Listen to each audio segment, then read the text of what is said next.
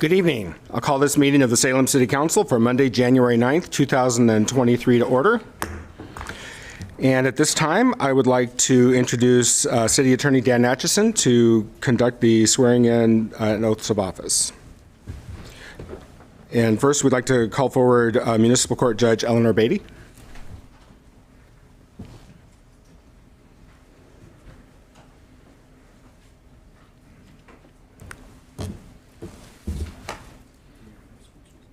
Come on.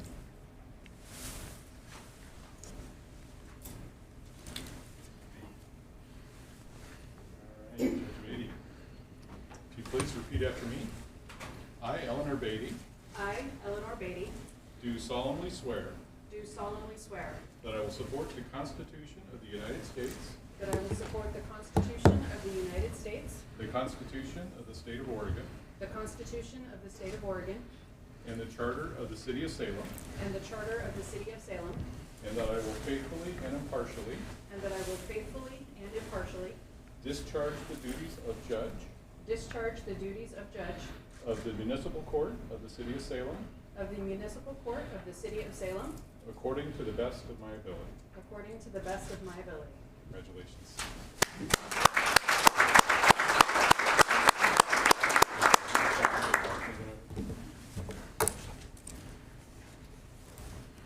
And Councilor Nishioka.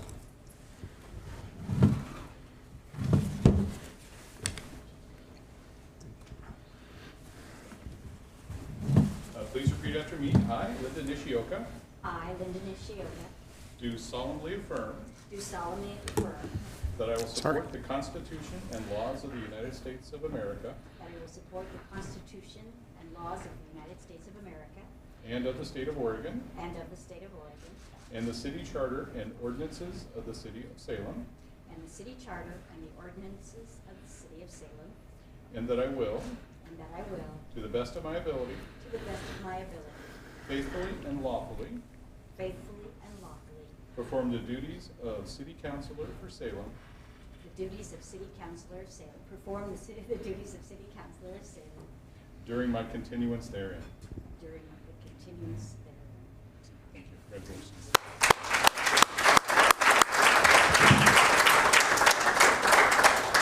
We're going to have some photos really briefly.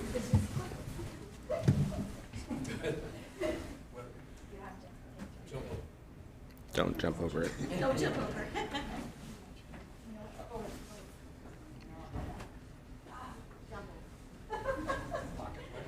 You just squeeze it.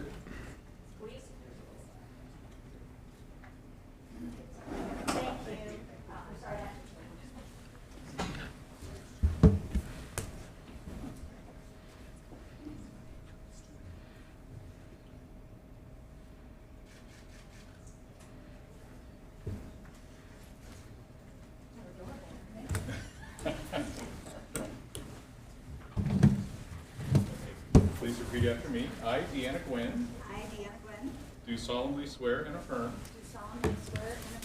that I will support the Constitution and laws of the United States of America that I will support the laws and Constitution of the United States of America and of the State of Oregon and of the State of Oregon and the City Charter and ordinances of the City of Salem and the City Charter and the City Charter and ordinances of the City of Salem, and that I will, to to the best of my ability, the best of my ability, faithfully and lawfully, perform the duties of City Councilor for Salem perform the duties of City Councilor of Salem during my continuance therein. during my continuance therein.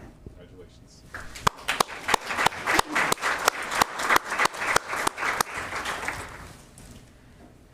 And where's that? Councilor Hoy.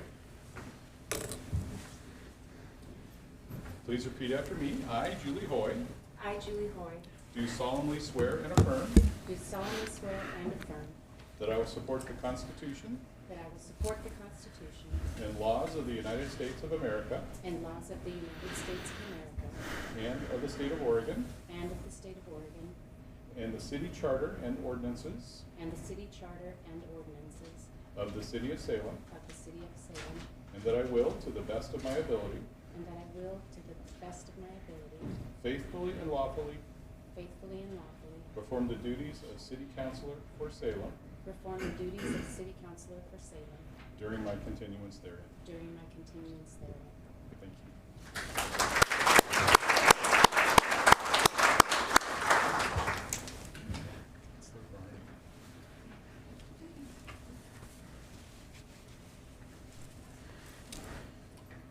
Please repeat after me. I, Micki Varney, I, Micki Varney, do solemnly swear do solemnly swear that I will support the Constitution that I will support the Constitution and laws of the United States of America and laws of the United States of America and of the State of Oregon and of the State of Oregon and the City Charter and the City Charter and ordinances of the City of Salem, and ordinances of the City of Salem, and that I will, and that I will, to the best of my ability, to the best of my ability, faithfully and lawfully, faithfully and lawfully, perform the duties of City Councilor for Salem perform the duties of City Councilor for Salem during my continuance therein.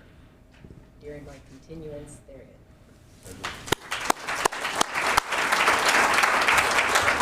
Do you have photos you want to take? Photos? Your family? Just Katie, Mom.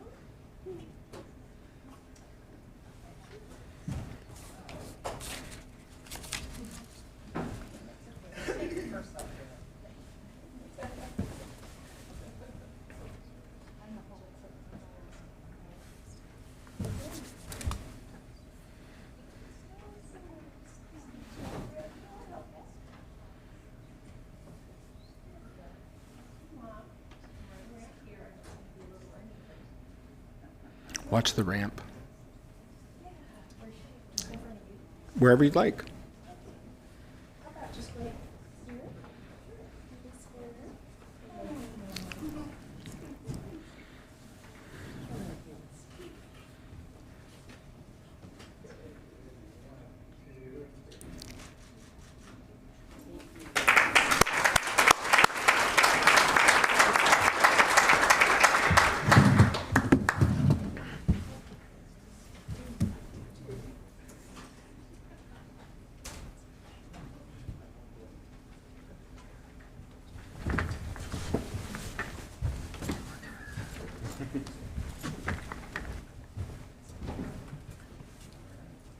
Please repeat after me. I, Chris Hoy, I, Chris Hoy, do solemnly swear do solemnly swear that I will support the Constitution that I will support the Constitution and laws of the United States of America and laws of the United States of America and of the State of Oregon and of the State of Oregon and the City Charter and the City Charter and ordinances of the City of Salem, and ordinances of the City of Salem, and that I will, and that I will, to the best of my ability, to the best of my ability, faithfully and lawfully, faithfully and lawfully, perform the duties of Mayor for Salem perform the duties of Mayor for Salem during my continuance therein. during my continuance therein.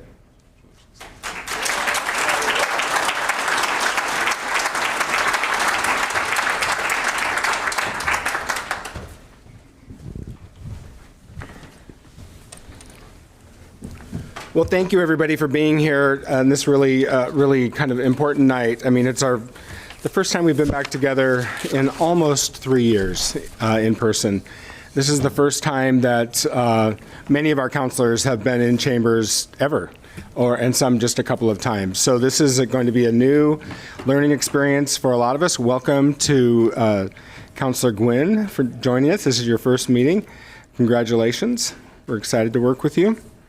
And with that, will the recorder please call the roll?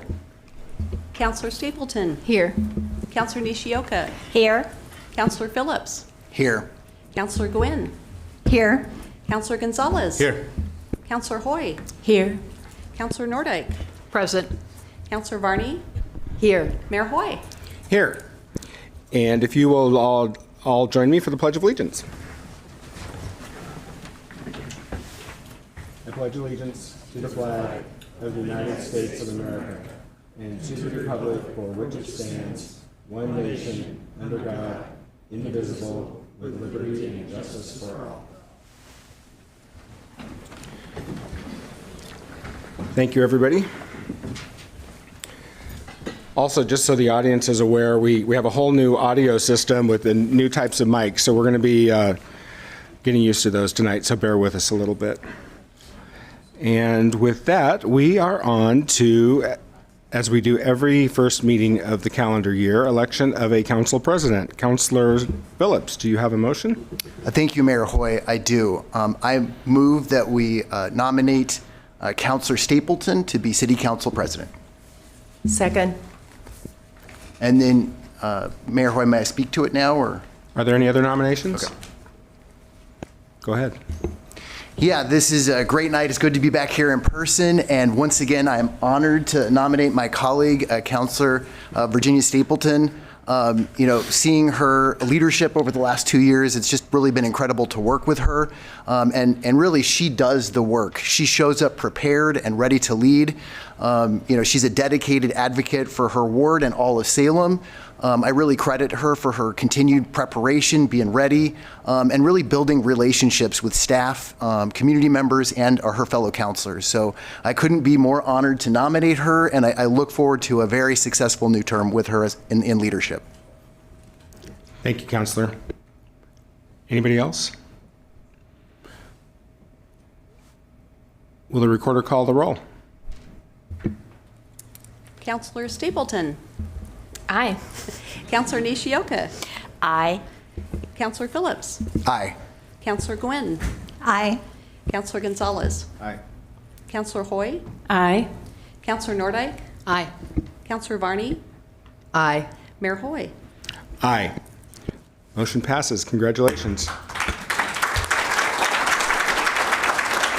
And councilors, just some logistics. If there are 3 mics activated, nobody can mic in except for me or the recorder.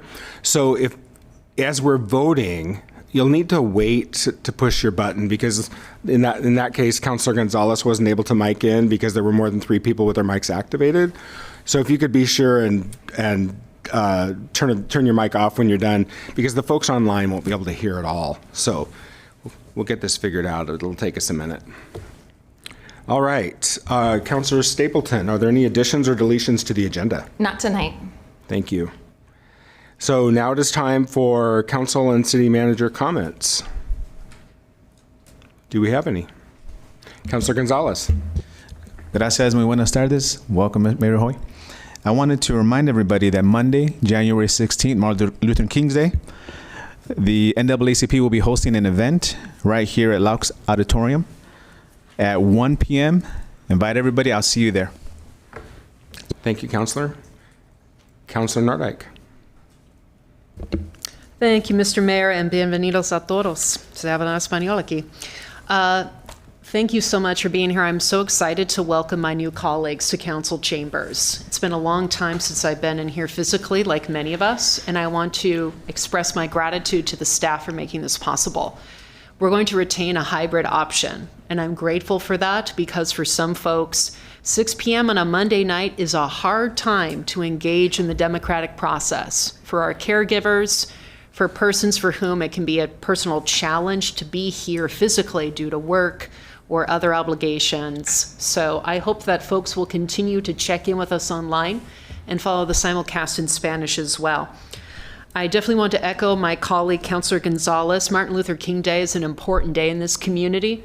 It's an important day for us to show that Salem is about love and about inclusion. So I encourage everyone to attend the Martin Luther King events that are going to be hosted at Laux Auditorium.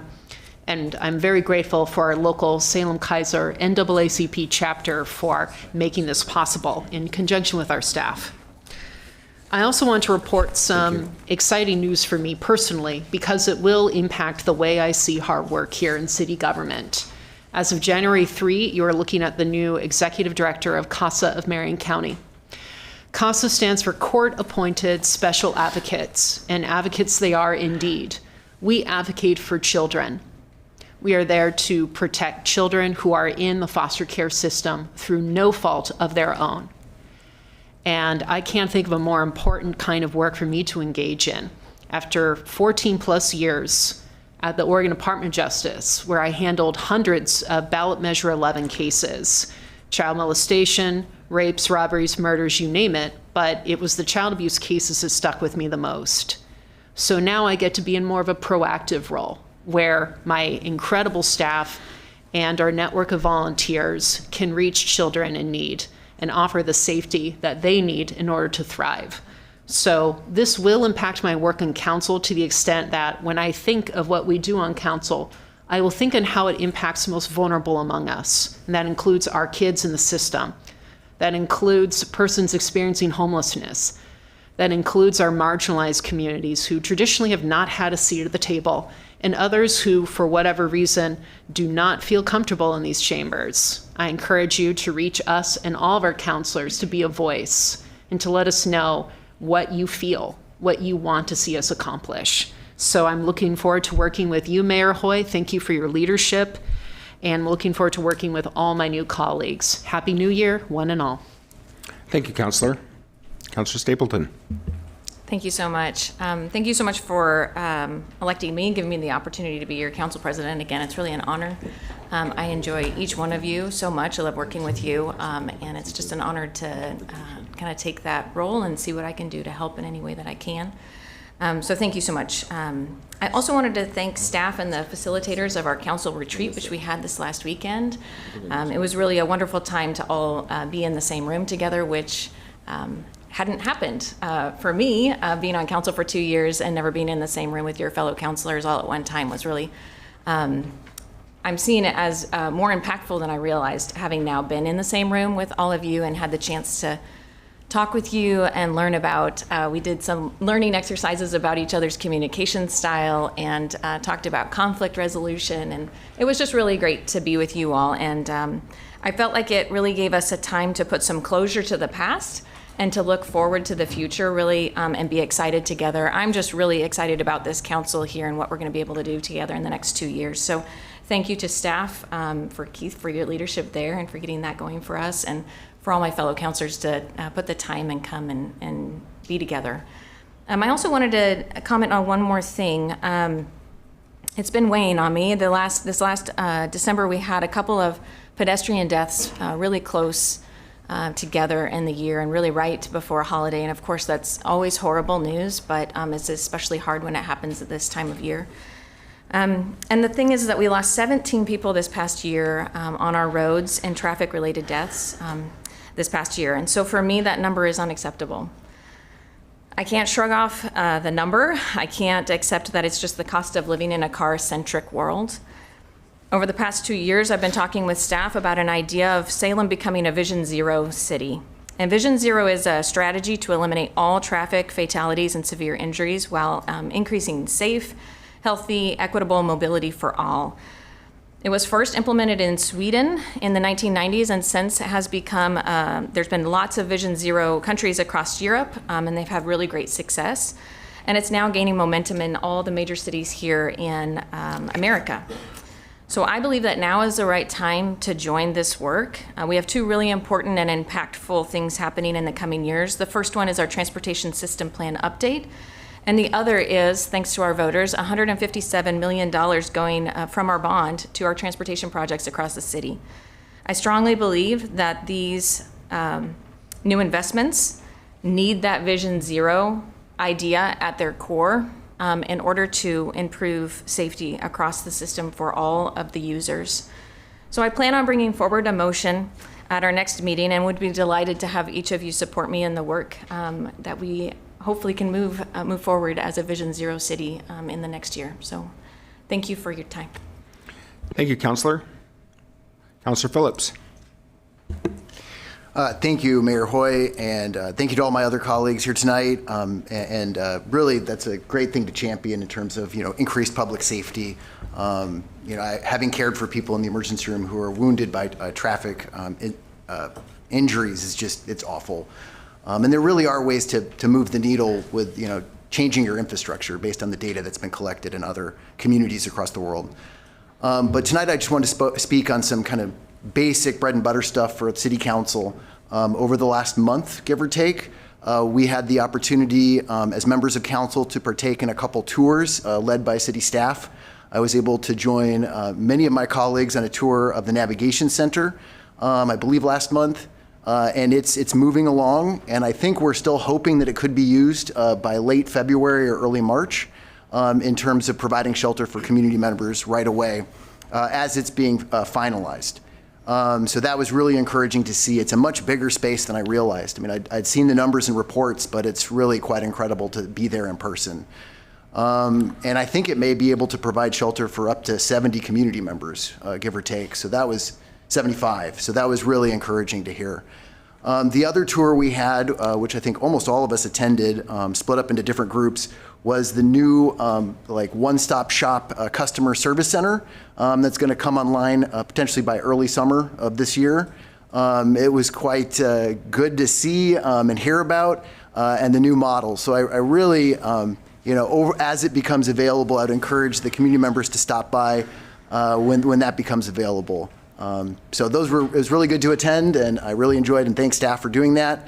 And then finally, to be redundant, as an emergency room doctor in our community, we continue to, in the front lines of healthcare everywhere, not just here, we're really still pushed to the brink. So anything you guys can do to keep yourself safe in the community, I would highly encourage you to to avail yourselves of the safe, free, and effective vaccines for both influenza and COVID-19. And for COVID-19, everybody 5 and up can get a booster shot, and we all recommend that. Thank you, Councilor. Are there other comments? Well, I would just like to say that I am so happy to be working with you all and honored to be serving as the mayor of Salem. It's a very exciting time in the city. We have a new city manager, a new city council, a new mayor, and it's really a time of hope and I think a lot of good things in our future. And I just couldn't be more honored to be here with you all and doing the work that we've all signed up for. So thank you all for your service, and let's get to work. Mr. Manager, did you have anything you wanted to say? No, sir. I will Great. have more to say later in the show. Thank you. We have no proclamations, no presentations, so that takes us to public comment. So let's see, we have nobody online signed up for public comment, so we will start with Angie Oniwuchi. As a reminder, come up to the podium, introduce yourself, state your address or your ward, and you have 3 minutes. When the yellow light starts to flash, you have 1 minute remaining. When the red light goes on, that means your time is up. Good evening, Mayor Hoy. You know what, Angie, I apologize, but I don't think we have your mic on yet. I need to? Oh, there it's on now. There Am you I go. live now? There you are. I'm live. You're live. Good evening, Mayor Hoy and councilors. My name is Angie Oniwuchi, President and CEO of Travel Salem. Thank you for your commitment to smart economic development and considering funding this evening to support minimum required airport terminal upgrades and operations. Commercial air service would be a game changer for our region and specifically for the tourism industry. We would be able to capture sports and convention business that will only book if they can fly directly into Salem. We would capture roughly 30% of the business travelers that currently leave Salem on Thursday night to stay in Portland to catch their Friday morning flights. We would capture visitors that want to fly directly into the capital city of Oregon in the heart of Oregon's wine country. The airline that wants to start service in May will be connecting Salem with Los Angeles Basin and Vegas initially, and then adding the San Francisco area and Phoenix by the end of the year. These are in our top 10 feeder markets. For instance, we have more participants from California than Oregon that compete in our Ironman event. That's 30% of our athletes coming from California, another 5% coming from Phoenix and Vegas. This coming July, our California and Vegas Ironman athletes could fly directly into Salem and compete. And I'd like to just note that Salem's Ironman is now one of the largest events in the Ironman portfolio, global portfolio, and we are one of only 3 sold-out races in North America. We forecast that commercial air service would have a 2% increase on our overall annual tourism estimated economic impact in the first year. Now, 2% might seem insignificant, but that would represent a whopping $13.5+ million in annual impact to our local economy. And just a side note, our tourism economic impact in 2021 was $676 million, which was the highest on record, beating pre-COVID performance by 6%. one can only imagine how commercial air service will exponentially increase the economic vitality of our region in future years. I also want to remind the council that the airline intends to make Salem its West Coast hub, which means they would overnight aircraft and crews in Salem. That would be a significant increase in hotel room nights just from the airline itself. In addition, each aircraft would generate an extra 60 local jobs. Speaking about jobs, while all the staffing, I'm almost out of time.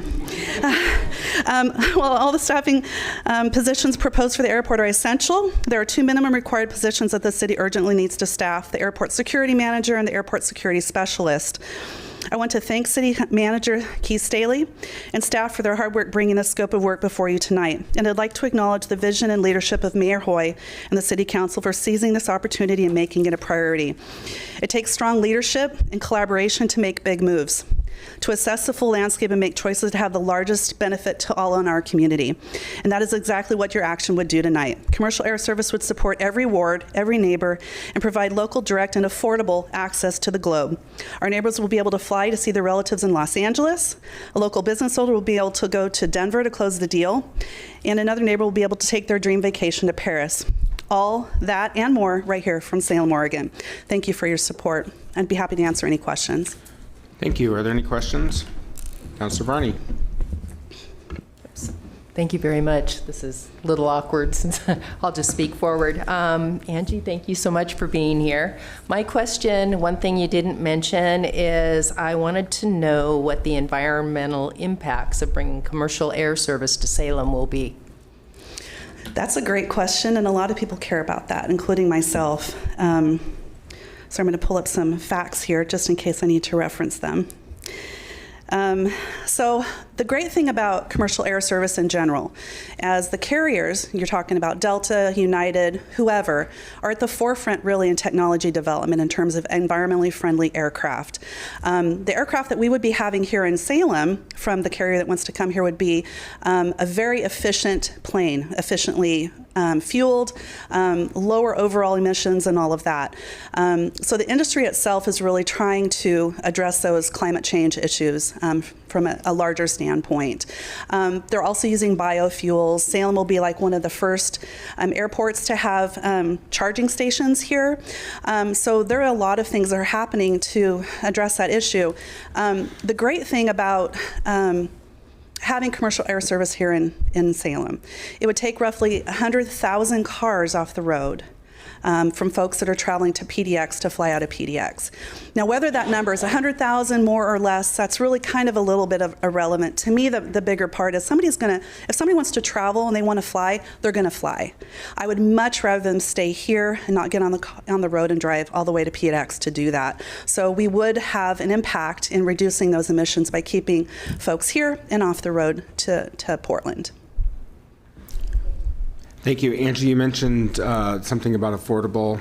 Do you have any idea of what types of fares we're talking about to the destinations you spoke of?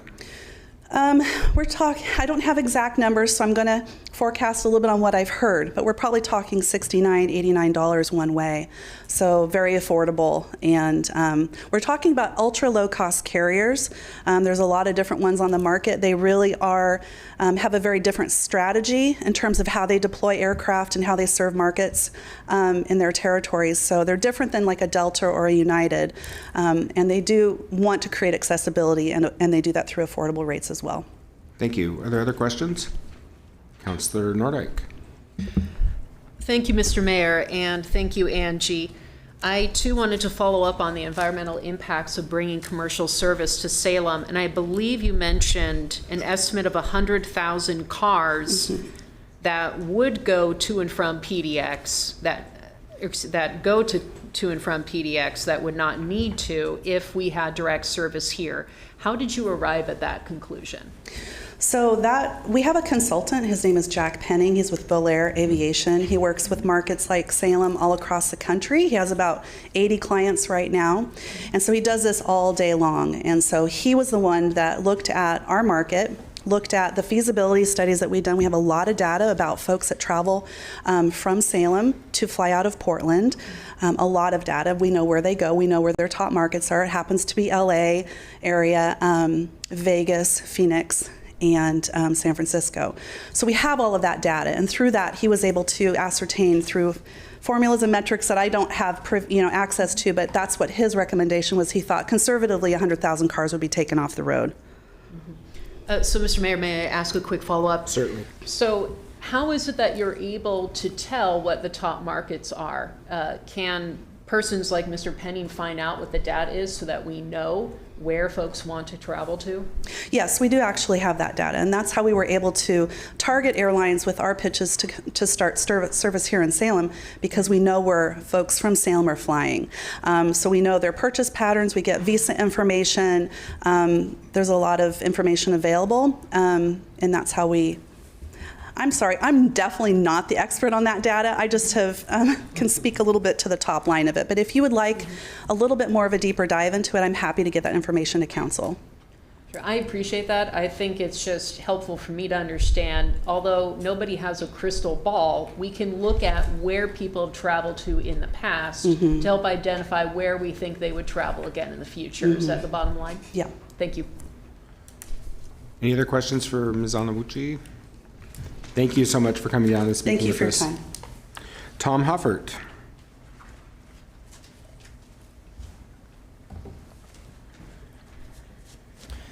Good evening, City Council, and welcome for the new councilors. Thank you for your service, and Mayor Hoy, welcome to your new position as mayor. My name is Tom Hoffert, and I reside in Ward 1, Virginia's ward. I also manage the Salem Area Chamber of Commerce. We're a small business advocacy organization also located in Ward 1.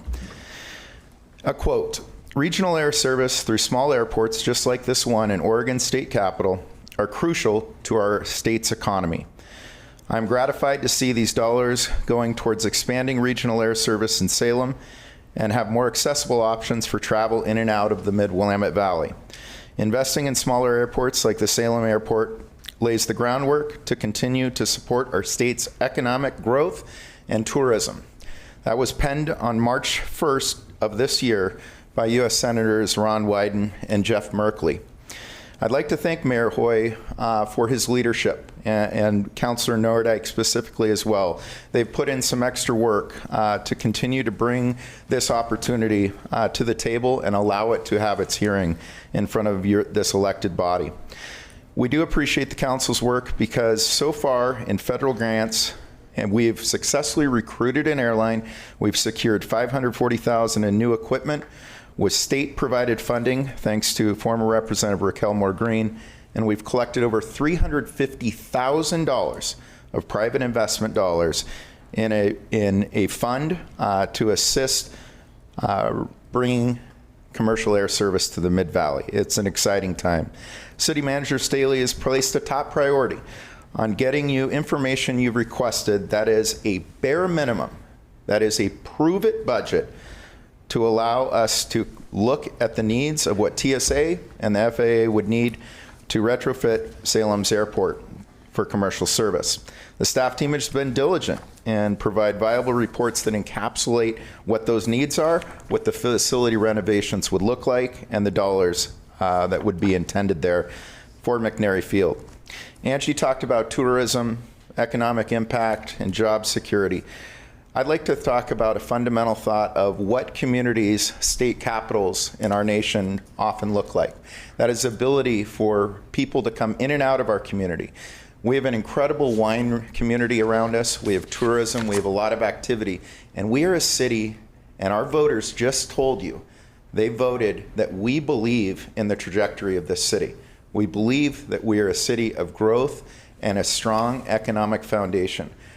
Air service provides just one other channel for us to continue to provide a solid economic foundation for our residents. I will run out of time, so I will close in just saying the Salem business community here is here to support you in these efforts. If we can play a role or connect any dots, we'd be certainly humbled to do so, and we appreciate the opportunity for this council to explore commercial air service back in Salem. Thank you, Mr. Hoffert. Are there any questions? All right, thank you. Thank you. Mike Herron.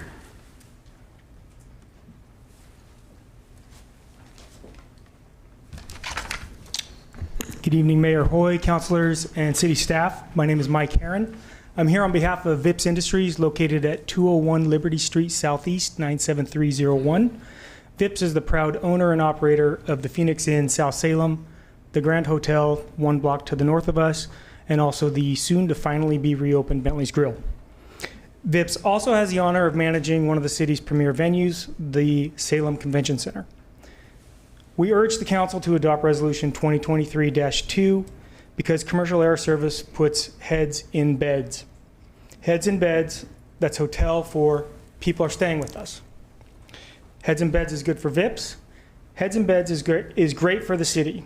More heads and more beds equals more dollars in transit occupancy taxes.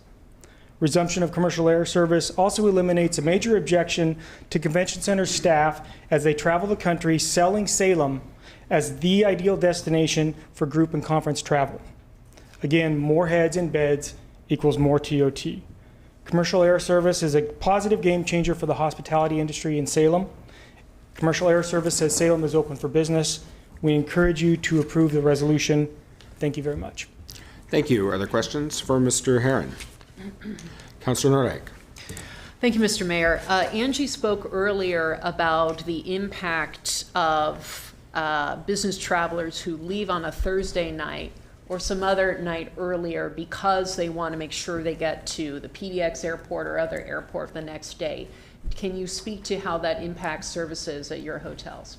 Well, I think it certainly impacts us. I can't speak specifically, the dollar numbers and what that means to us. I think certainly SALA, the Salem Area Lodging Association, has those figures from all of the members and can give you kind of a financial, like a big picture of like, here's what it really means.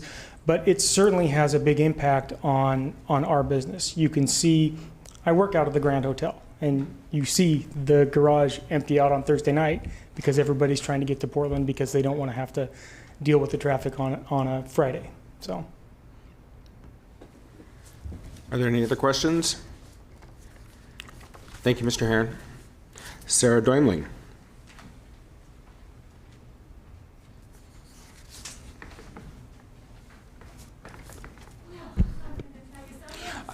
Before you start, if I could get you to push that button that looks like a little speaker. Thank you so much. My name is Sarah Doimling. I have a residence at 2667 Orchard Heights Road Northwest.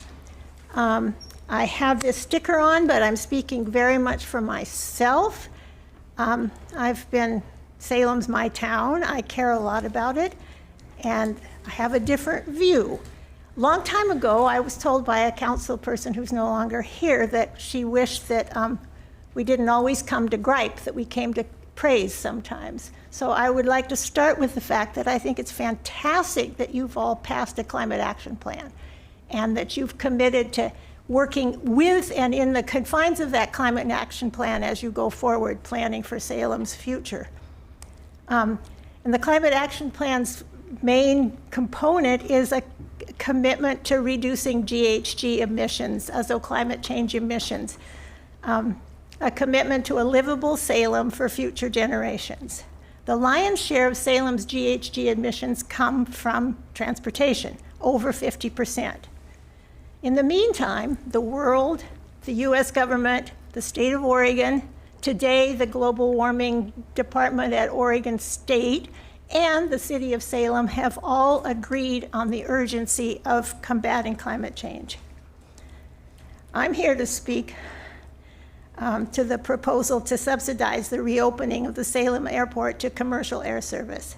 This flies so completely in the face of what you've committed to with the climate action plan that it leaves me wondering what's really behind it. I'm honest, I don't get it, and I would love to understand more. Air travel is, cars are worse than bikes and buses, and airplanes are worse than cars as far as creating per capita per mile GHG emissions.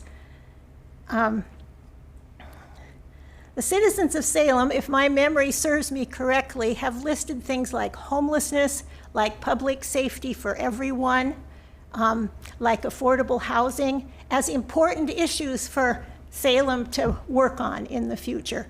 I've not heard any public outcry for a few flights a week to Las Vegas or some unnamed place in Southern California. I'm sure there are people who'd like to go there, but I haven't heard about it. I don't know why we want to subsidize with our limited general funds a not very good climate future for our children.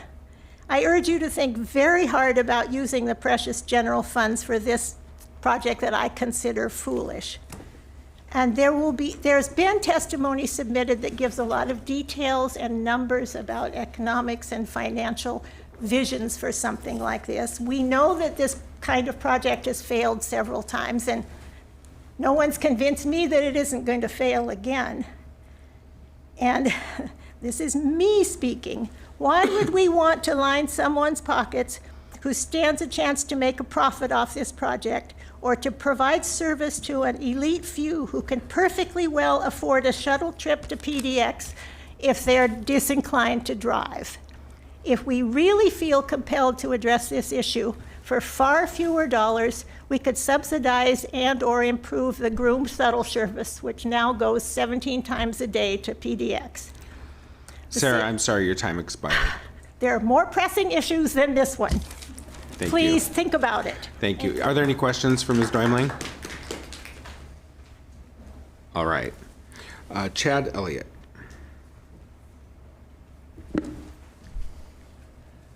Good evening and congratulations, councilors and mayor. It's an exciting time for Salem. I am a member, or I live in Ward 7, and tonight I ask that you guys support the idea of bringing commercial air service to Salem and making the necessary improvements to allow that to happen.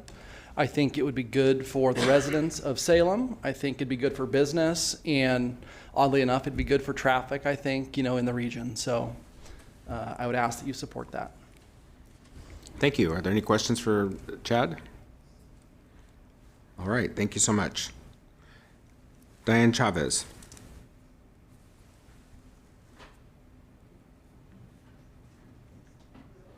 If you could be sure and push that little, there you go, Okay. Perfect. I'm Diane Chavez. I live in Ward 1. I own a house on 19th Street near Center. My son also owns a house down the street a few blocks, a few doors. I do not want commercial air flight going over my house and bringing in noise pollution, air pollution, and burning up my grandchildren's carbon budget for the future. Air travel takes carbon. There's a lot of things I would like to see. I'd like to see better shuttle service and less expensive shuttle service to the airport in Portland. You've got an airport in Portland, you've got an airport in Eugene. They're 60 miles away. It's not that big a deal to get there. When the occasions that I fly, I generally try to fly nonstop because it reduces my carbon footprint. Even when I lived in Eugene, I often would drive to Portland to take a flight nonstop somewhere else. Also, it's more convenient, and I'd prefer not to sit on an airplane for an hour while they change. But anyway, for those reasons, you might have noticed I have a swollen bottom lip here because I recently had a biopsy. It's okay. It didn't come because I tripped on one of Salem's sidewalks, but I think we could invest. If you've walked in Salem, you probably know somebody or have tripped yourself.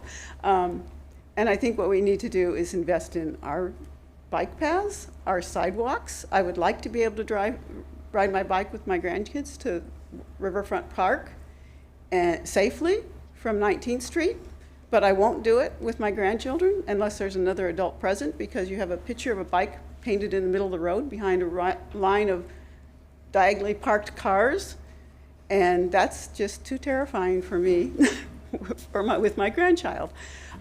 That's what would make Salem livable for me. I don't want my tax dollars going into this airport that I don't want at any price, even if it was free.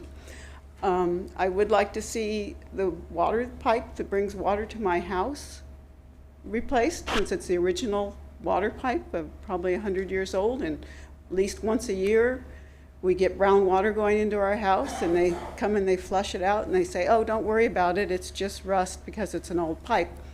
Well, I do worry about that. I'm sorry. There's a lot of other things Salem could do. I supported the bond issue this last election. I voted for it because there's things I'd like to see done in Salem. It's not an airport. I would like to see light rail up and down the coast. I used to live in Albuquerque. They developed a rail runner, light rail fast transit from Albuquerque to Santa Fe, where the capital is, to get people from the international airport in Albuquerque. Let's do something like that. Let's get it all the way from Seattle, where my other grandchildren live, down to San Diego. But we don't need to fly those places. It's not the, anyway, thank you. Thank you so much. Are there any questions? Thank you. Jim Shepke.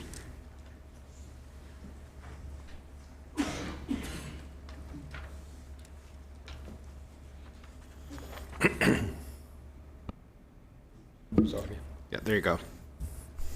Good evening, Mr. Mayor, Council. So good to see you. I'm Jim Shepke. I live in Ward 2. We as citizens expect fiscal responsibility from our city council in every decision you make. That's why a majority of the council voted 3 years ago to end planning for the Salem River crossing. And you face a very similar decision tonight.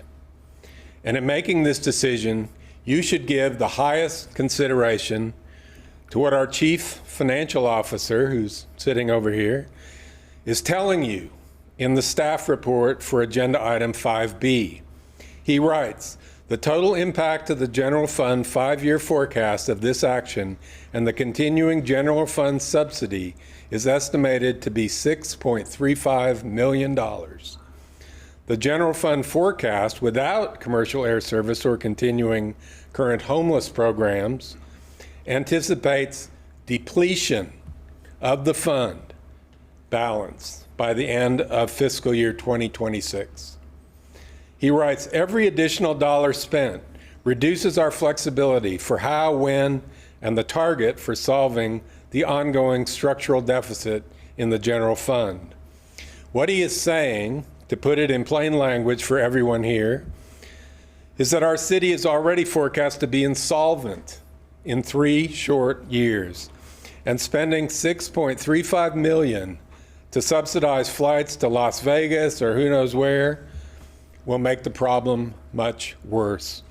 You should also consider the promises that you made to voters in the recent bond measure for the new fire station in South Salem, 2 new branch libraries. How are those going to be operated? Is keeping your promise to come up with funds to operate these new facilities more important than commercial air service? I think so. Is making sure we have the means to continue our assistance to our unsheltered neighbors more important than commercial air service? I think so, unquestionably so.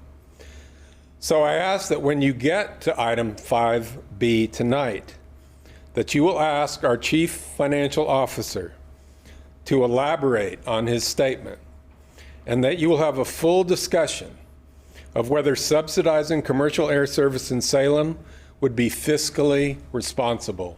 Thank you. Thank you, Mr. Shepke. Are there any questions? Thank you. Bill Carver.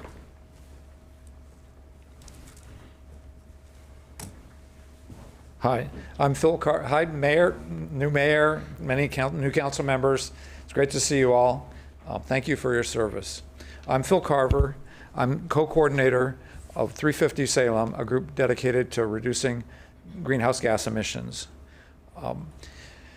In my 45 years as a professional policy analyst, after my PhD from Johns Hopkins, I have never seen anything more cockamamie than the proposal we're talking about.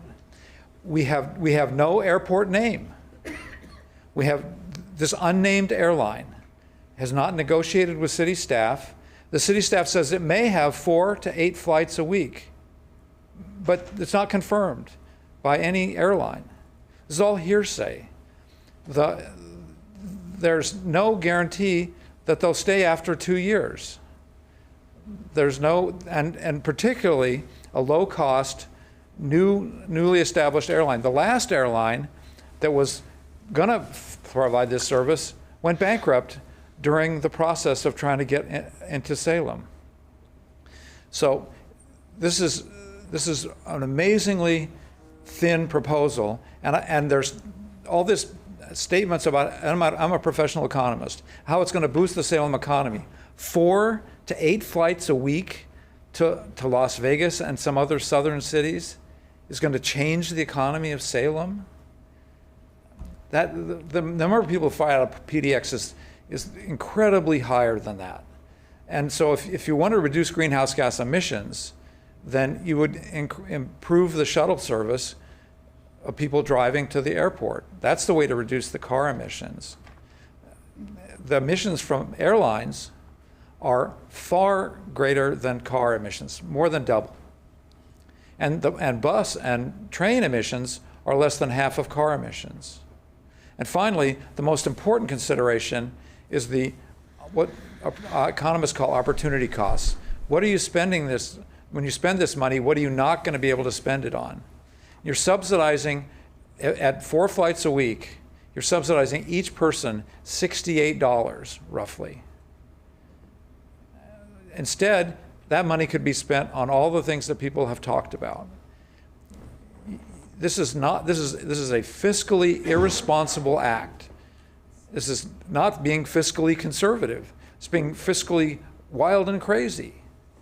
To think that this somehow is going to improve Salem's economy to have a few more heads in beds, a few more people working at service wages, minimum wages. I urge you to vote no. Thank you. Thank you, Mr. Carver. Are there any questions? Thank you. Mark Wigg.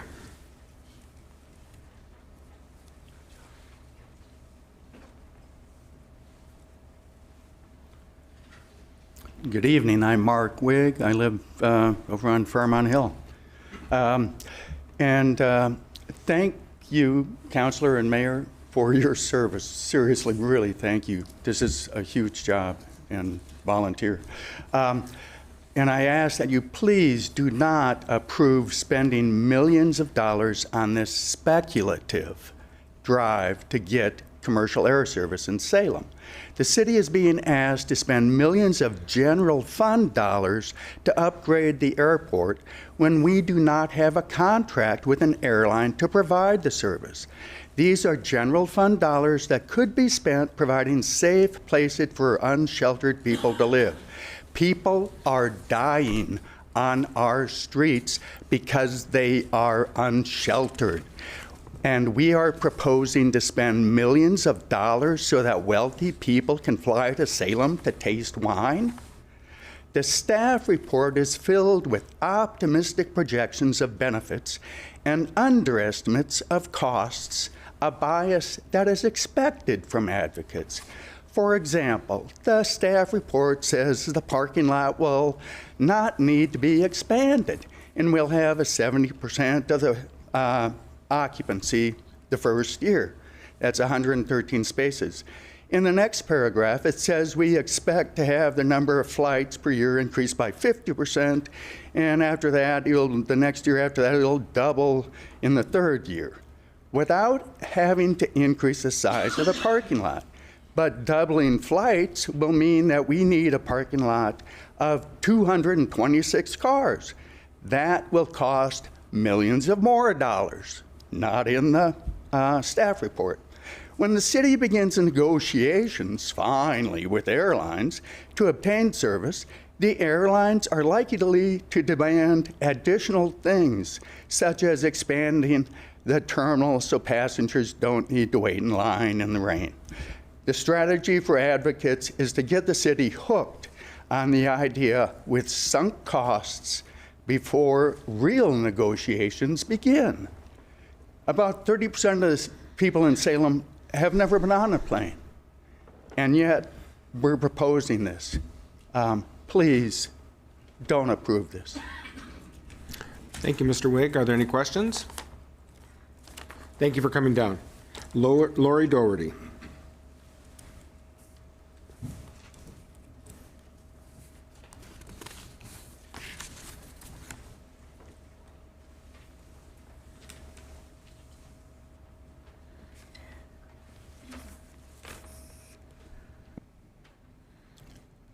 Push it one more time. Push the green until the green light comes. There you go. Okay. Hello, Mr. Mayor and councilors. Good to be back in this room. I almost forgot how to get up here again. So anyway, my name is Laura Doherty, and I live in Ward 1. And I'm a co-coordinator of 350 Salem, Oregon. I'm in full support. I think Bill Carver submitted a much longer statement of comments, and I support those, as well as comments that he made verbally and other people have made. I just want to make a few remarks of my own. For Salem to subsidize commercial air service at McNary Field is expensive, unnecessary, and in contradiction to Salem's goal to reduce greenhouse gas emissions. Air travel, as others have said, has had the highest emissions per capita of any form of travel. For the benefit of a small number of travelers, the proposal would take millions of dollars from programs that are much more urgent and worthy of city funds. By far, most air travel from Salem will still happen via Portland International Airport. It would be much better for the city to work on improving shuttle service to PDX. At some point, it will be possible to use electric vehicles as shuttles. The Salem Climate Action Plan urges large employers to provide incentives for reducing emissions from transportation. Employers can use digital meeting technology to reduce the need for travel. When business travel is necessary, employers can subsidize employees' fares on a shuttle to PDX as a benefit. There'll be a benefit they can provide. There are ideas under discussion for commuter rail service and better intercity bus service in the Willamette Valley. The city of Salem needs to get its priorities straight, to get serious about lowering emissions from transportation, and to get creative about policies and programs that truly serve the needs of our community. Thank you. Thank you. Are there any questions? Thank you for coming down. And council, if you don't object, I would like to call forward a person signed up under agenda item 8. He's the only person signed up at that time, so they don't have to wait until the end of the meeting. Thank you. So I'll call Alex Ost.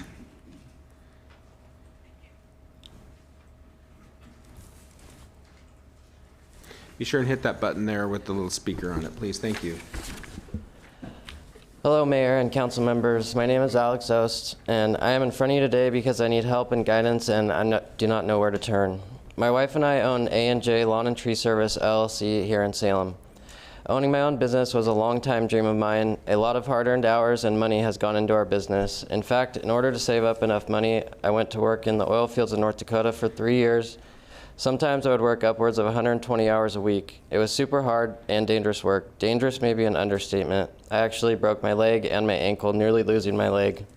The work I do today is also very dangerous, not just for me, but also for others. We have all seen the news lately, many stories about branches falling, killing people, damaging property, and we all can't forget about what happened during the ice storm. Me being able to properly do my work is critical and needed, so I'm saddened that we are treated as if we are criminal. I am here because I am at a point where I do not know not sure what to do. I am frustrated, beat down, and at the point where I may have to go back into the oil fields. What is unique about my line of work is I have to work closely with the people of the city. I get calls about dangerous trees and have to make decisions on the spot. Many times I have to contact the city and get permission to move forward, which as of lately has not been an easy task. Without naming names, I have had one staff person give me permission to cut down hazardous trees, and then another sends me a ticket in the mail. This has happened to me more than once, and now the fines are in the tens of thousands. I would go into more detail, but I know my time today is limited. My goals are simple. I want to have a stable business that provides for my family and have a safer city. I charge fair rates. My prices are actually lower than most because I want people to be safe while keeping as much money in their pocket as possible. I didn't do all this to start a business knowingly to start breaking the rules. I want to stay in compliance, but it seems like no matter what I do, I am at risk. My interactions with the staff have taken a turn for the worse, and some don't call me back. I've stopped by the city manager's office and have not heard back, and some are taking this too personal. I want to thank you for this opportunity, and I'm not sure what will happen next, but I plan to keep coming to these meetings to share updates because I know this can't just be happening to me, and I hope to come to a resolution in the coming months. Thank you. Well, thank you, Mr. Ost, and I'm sorry that you're having that difficulty. I would ask a staff person to, I'm not sure exactly who, if that'd be Ms. Rutherford, perhaps to get Mr. Ost's contact information, and maybe we can work offline and see if we can get to the bottom of what's going on. Absolutely. I can meet up in the foyer and get your contact All right, thank information. you. Thanks. Thank you, and thanks for coming down. You bet. Thank you, Ms. Rutherford. And with that, that's the end of public comment. So, Councilor Stapleton, consent calendar. Thank you. I move approval of the consent calendar with the exception of item 3.3B pulled by Councilor Nordyke. Second. Thank you. All right, tonight our our consent calendar consists of item 3.1A, the December 12th, 2022 draft City Council minutes. Item 3.3A, the transfer of fiscal year 2023 budget appropriations for a State of Oregon Land Use Board Appeals attorney fees award. Let me get that right. 3.3A, Federal Emergency Management Agency Performance Grant. Item 3.3C, this is a long one. The recommended appointments and reappointments to the Citizens Budget Committee, Citizens Advisory Traffic Commission, Community Police Review Board, Downtown Advisory Board, Salem Cultural and Tourism Promotion Advisory Board, Salem Parks and Recreation Advisory Board, Salem Planning Commission, Salem Public Art Commission, and the Salem Public Library Advisory Board. Item 3.3D, application for project funding under the Culvert Removal, Replacement, and Restoration Grant Program issued by the U.S. Department of Transportation. And that concludes our consent calendar. Thank you, Councilor. Is there any further discussion? Will the recorder please call the roll? Councilor Nishioka. Aye. Councilor Phillips. Aye. Councilor Gwyn. Aye. Councilor Gonzalez. Aye. Councilor Hoy. Aye.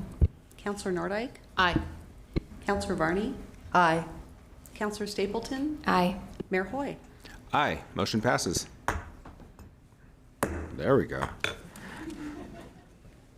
All right, we have no public hearings, but we do have special orders of business. So item 5A, and I would like City Manager Staley to take that one.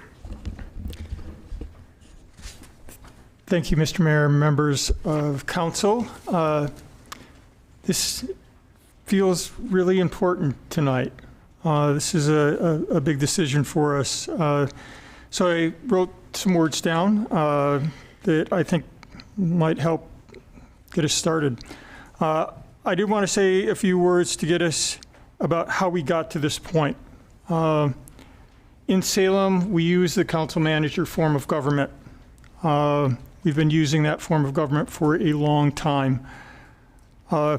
In that form of government, City Council provides guidance by way of policy direction, and staff carries that out. You provided that guidance to us in November, and we started working diligently on the plans and the planning necessary to move this project forward as we were asked to.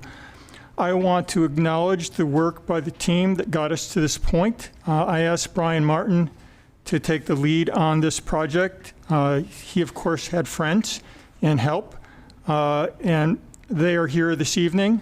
Mark Bechtel, you're going to hear from more in just a moment. Alan Denon, Jim Bonnet, who I do not see in the room, but Jim played a critical role in this project. In fact, Jim actually came out of retirement.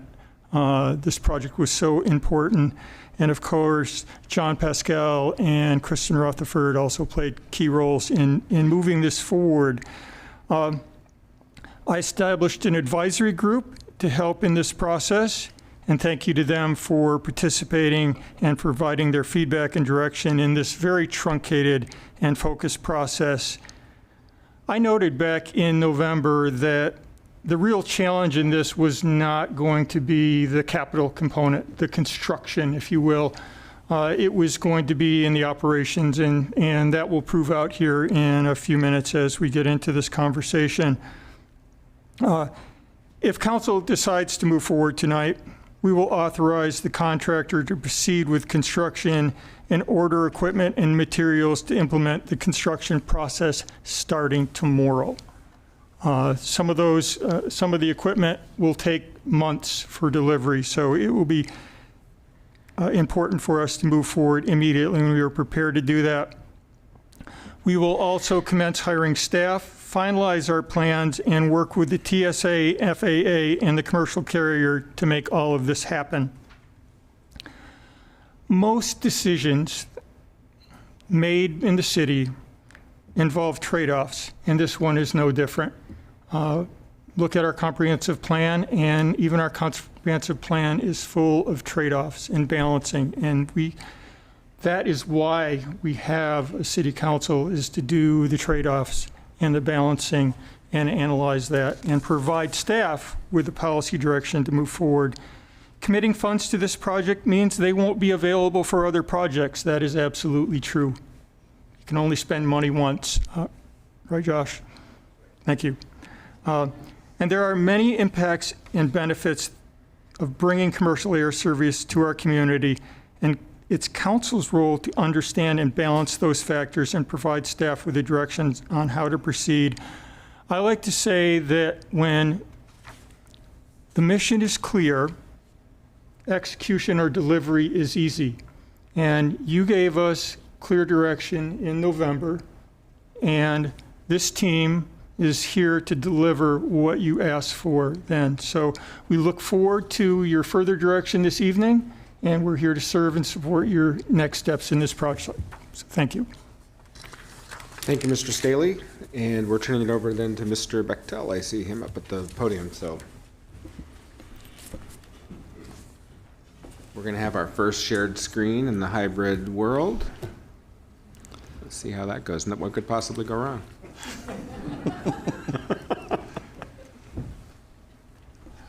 Good evening, Mayor and Councilors. I'm Mark Bechtel. I'm the Public Works Operations Division Manager, and yes, this is the first presentation here at the podium in almost 3 years, and I'm the guinea pig, so yes. Please bear with me if things don't go exactly correct. Along with me tonight, as was mentioned by the City Manager, is Brian Martin, our Acting Public Works Director, Alan Dannon, our Acting City Engineer, Kirk Sund from CB2 Architects, and John Pascal from the airport. In mid-December, the airport was transferred from the Urban Development Department to the Public Works Department, and John Pascal now works for me in the Public Works Operations Division. So I am now the 30-day instant expert on airports. So again, I will rely heavily on them to answer questions if they become too complex.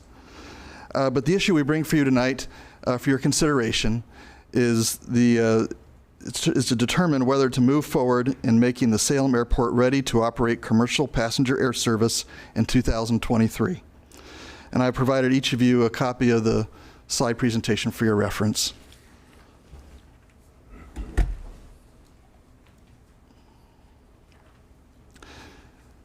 City staff presented information to you through 2 staff reports previously, and you had discussions previously at your July 22nd meeting and October 10th meeting in 2022.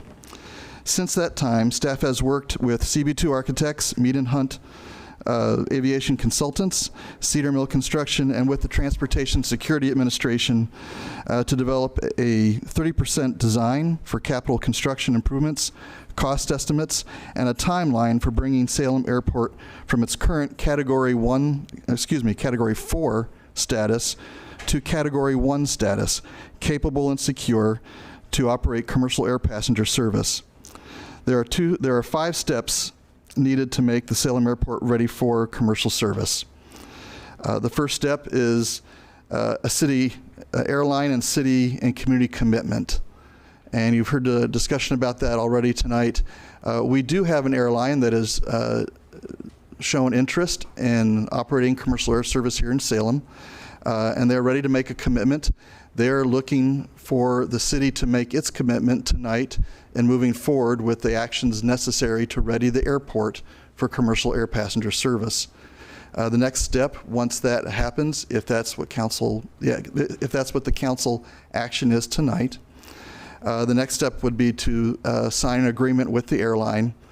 And then the other part of the community commitment has been the money raised for the revenue guarantee and marketing support which is a combination of the $350,000 raised privately and $850,000 from the Federal Aviation Administration grant for a total of $1.2 million.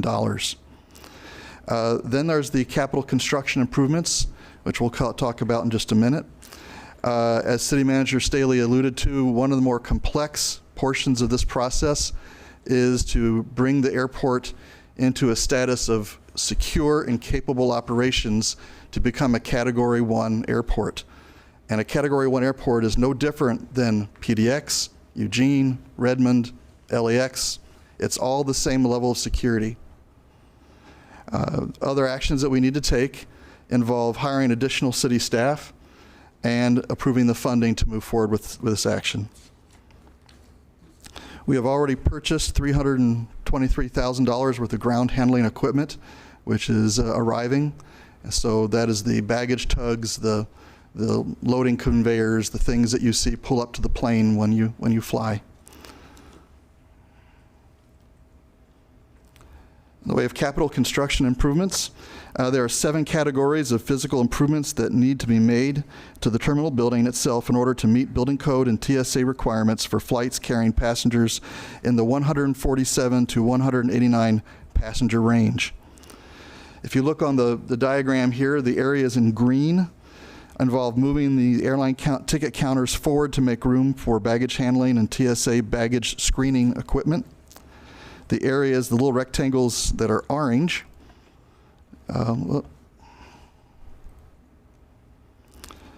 indicate canopies shelters and canopies that will be constructed outside the terminal building to shelter the baggage that is waiting to go onto the aircraft and the baggage that is waiting to come off that has just come off the aircraft and waiting to go into the terminal.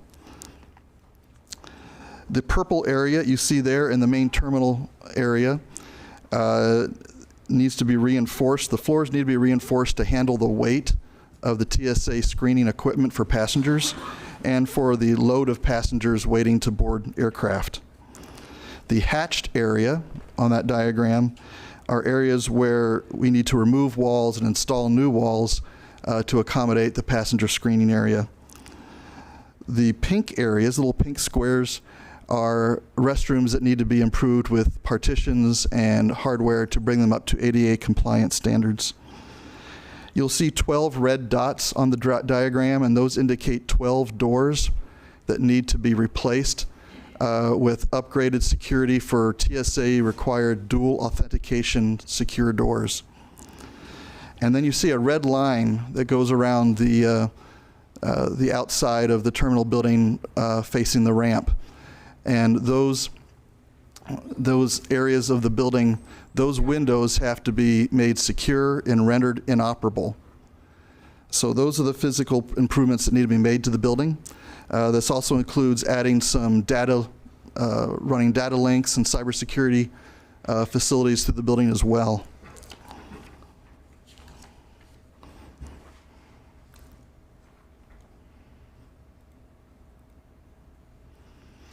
In the way of timelines, we are certainly trying to accomplish these improvements in as rapid a manner as we can. The earlier in the year that we can accomplish these improvements, the better it is for the airline to start its operations. On this diagram, you see timeline arrows. The blue arrows indicate tasks that the city is taking the lead in. The gold arrows are the ones that are the responsibility of TSA. So the city will take the lead in the final design process, permitting and getting the contractor of record on board. That will then go into construction with a contractor. Concurrent with all of that, the Transportation Security Administration will be obtaining their equipment and doing their work to install their equipment into our building. If all goes well, by mid-May, the capital construction portion of this project will be completed. Here's a table that shows the cost for the capital construction. The construction and soft costs together, along with contingency, equal just under $1.9 million. We have been focusing on just doing the improvements, the most minimal improvements that we can do to make this airport terminal function for commercial air passenger service. These improvements will not make this terminal an optimal passenger experience, but it will be functional, and it will get the process started to where we can make future improvements to and renovations to this very old terminal building and make it more pleasant as time goes on. But what you see before you is the minimal amount of work necessary to get the terminal functional. Certainly one of the more complex challenges is not going to be the capital construction, but the close process we have with the TSA to bring the building and our process up to Category 1 status and to have the building be secure and our operations be secure. This requires that we create an airport security plan, and that plan requires some personnel that need to be hired to implement that plan. And you'll notice that's the one arrow that is both blue and gold, because that process is a joint process that we do with the Transportation Security Administration. There is a process called badging and credentials, and that means that all staff, vendors, tenants, persons that rent hangars at the airport, anybody that goes onto the airport property will have to have some level of badge security and credential. That requires equipment, it requires training, and that's a process that begins with the TSA and ends with city staff issuing those badges and credentials. The other part of that process involves hiring our airport staff and training them in all the security procedures. And as concurrent with that, you see another golden arrow where the TSA reviews our airport security plan in its draft form, comments, gets it back to us, and they also begin concurrently to hire their staff and train their staff. So this is a complex process that, if everything goes well, would result in us having our airport approved by the FAA and the TSA by late summer. That could be moved forward if the TSA is able to hire their staff more quickly and train their staff more quickly. Also, the more quickly we can vet our employees and tenants and vendors and get them badged and credentialed, that could also move the process more quickly. So we are optimistic that if everything falls into place, we will have the ability to have the airport approved for service sometime this summer.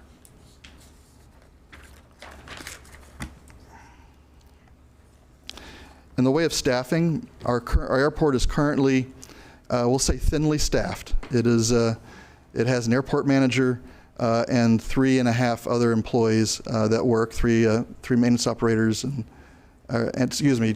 one supervisor, 2 operators, and a half of a staff assistant is what we have currently.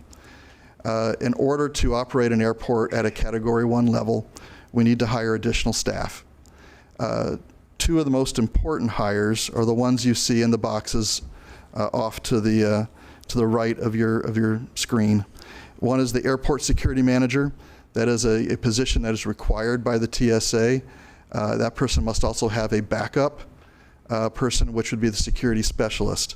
The 2 of them administer the security program and handle all the badging and credentialing. The other half of that equation is airport operations, where we would have an airport operations manager supported by 4 maintenance operators that will also double as security staff.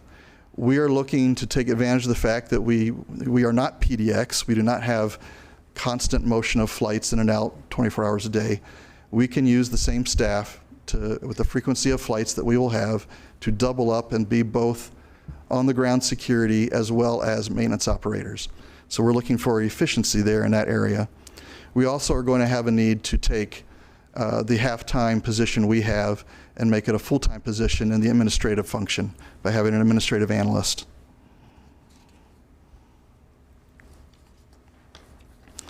All this leads to an examination of additional costs.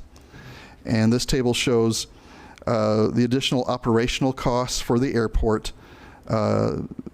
for the remainder of this fiscal year 23, and the upcoming 5-year forecast period.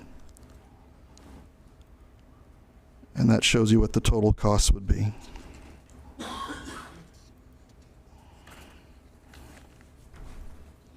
There are some additional operational costs that do not involve the airport directly.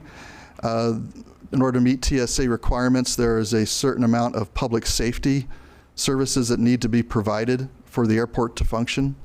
One of those is the ability to have aviation-trained rescue firemen on site. We have Station 6 from the Salem Fire Department adjacent to the airport with direct access to the airport runways and taxiways. Whenever we are operating commercial air passenger service, there must be a minimum of 1 aviation-trained fireman on duty with the aviation truck ready to go in case there's an incident. In the past, when Delta Airlines flew here in the early 2000s, Station 6 was a quieter station, and so that station could go offline during the time when jets were on the ground. And so those firemen were immediately available to respond if anything happened during commercial air service periods.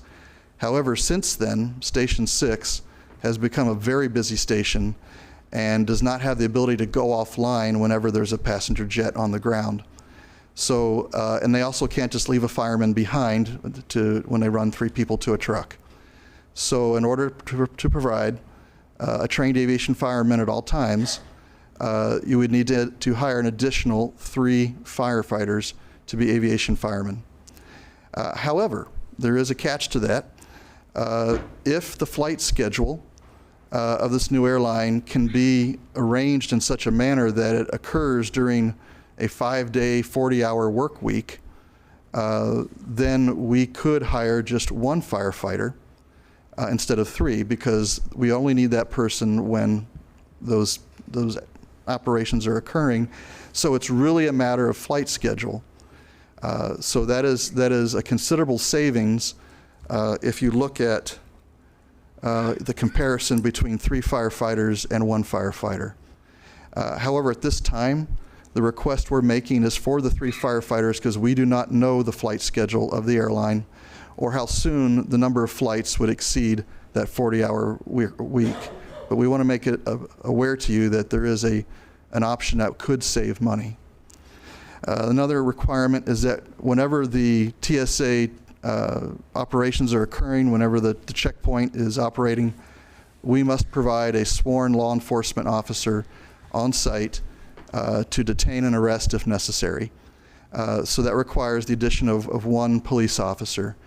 We're not requesting any additional funds at this time for the police in this current fiscal year because they have adequate savings and they have a current number of vacancies as it is. But obviously, if you look at the 5-year forecast, there is a need for an additional police officer.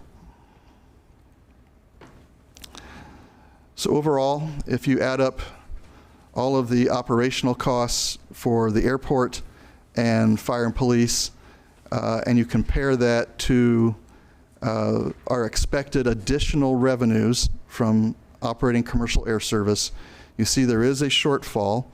It starts around $900,000 a year and then trends downward to about $700,000 a year throughout the 5-year forecast. If we were able to schedule things in such a way that we only needed 1 additional firefighter, you can see then that the shortfall between operational expenditures and revenues is significantly diminished. So finally, if we add the amount of money that we need to do the capital construction in the remainder of this fiscal year, plus the additional operational monies that we need for just this fiscal year, we need a budget transfer from the general fund equaling $2.366 million. Some final considerations to think about as you think about whether we want to move forward with commercial air service at the airport or not.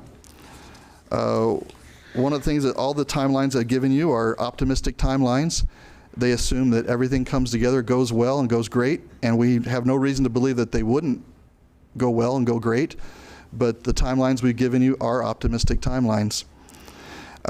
We have also been very pleased with our interactions with the Transportation Security Administration. We've had a very important meeting with them and many of their higher management folks, and they are very excited to work with Salem, and they are very cooperative, collaborative. They want to get moving with us right away. So that's encouraging.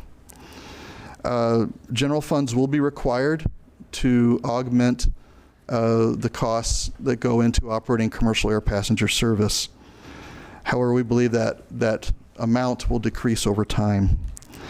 We have just kicked off development of the airport master plan, and that process will also be occurring concurrently with any effort to bring on commercial air service. That process will then identify future improvements that we can make to the airport to continue to improve its efficiency and its appearance and to improve the passenger experience. We believe that there is a ability to use in the future urban renewal area funds that could be used for capital construction. Also, I would point out that we have the ability to access larger amounts of Federal Aviation Administration grants. And those numbers that I showed you earlier included the additional local match that goes to those grants. Those grants can provide, again, more capital construction dollars to help the airport. So again, finally, if this is an action council wishes to take, you'd be then asked to approve Budget Resolution number 2023-2. Councilors, if you have any questions, I'll be happy to answer them. Thank you, Mr. Bechtel. Are there any questions for staff? Councilor Nordyke. Thank you, Mr. Mayor, and thank you, Mr. Bechtel. So I would like to address some of the criticisms of this project that have been relayed through written testimony and oral testimony tonight, starting with the name of the airline. We've never been able to identify that. Are there reasons why we're not sharing or publicly disclosing the name of the airline at this time? It's my understanding that we're not sharing the name of the airline at this time because of the competitiveness of the airline industry. Airlines would not want to give a tip to their competitors as to what their next move would want to be. So just like any business, you don't want to give your competitors an unfair advantage or any previous knowledge of what you're trying to do. So there is a kind of a proprietary function of this that we work confidentially with that airline until we reach a point where we're ready to make a commitment, they make a commitment, and we sign our agreements. So there is a specific airline in mind, but due to confidentiality reasons and the competitiveness of the process, that's why it's not being publicly disclosed at this time. Is that correct? That is correct, Councilor. The other questions I had to do with revenue matching. So we have already received state funding to help out with the airport. Is that right? That is correct. You will see me turn around now during questions. That is perfectly fine. And then the report also talks about $95,000 in federal capital improvement grant entitlements. Can you speak a little bit more to that? And is $95,000 the most that we could potentially expect from the federal government in support? Or is there a possibility for additional forms of financial support depending on the success of the airport expansion? The grant amount would be more than that. That's just our local match that we need to provide is the $95,000. Okay. John, what's the largest amount we would get, possibly? That would match an additional $850,000. Per year? Per year. So we could potentially receive an additional $850,000 a year in support from the federal government in exchange for a $95,000 per year match. Is that correct? That is correct. Once we have reached 10,000 enplanements a year, or exceeded 10,000 enplanements a year. And enplanement is each person getting on a plane. Mr. Bechtel, could you clarify that the potential uses for that money?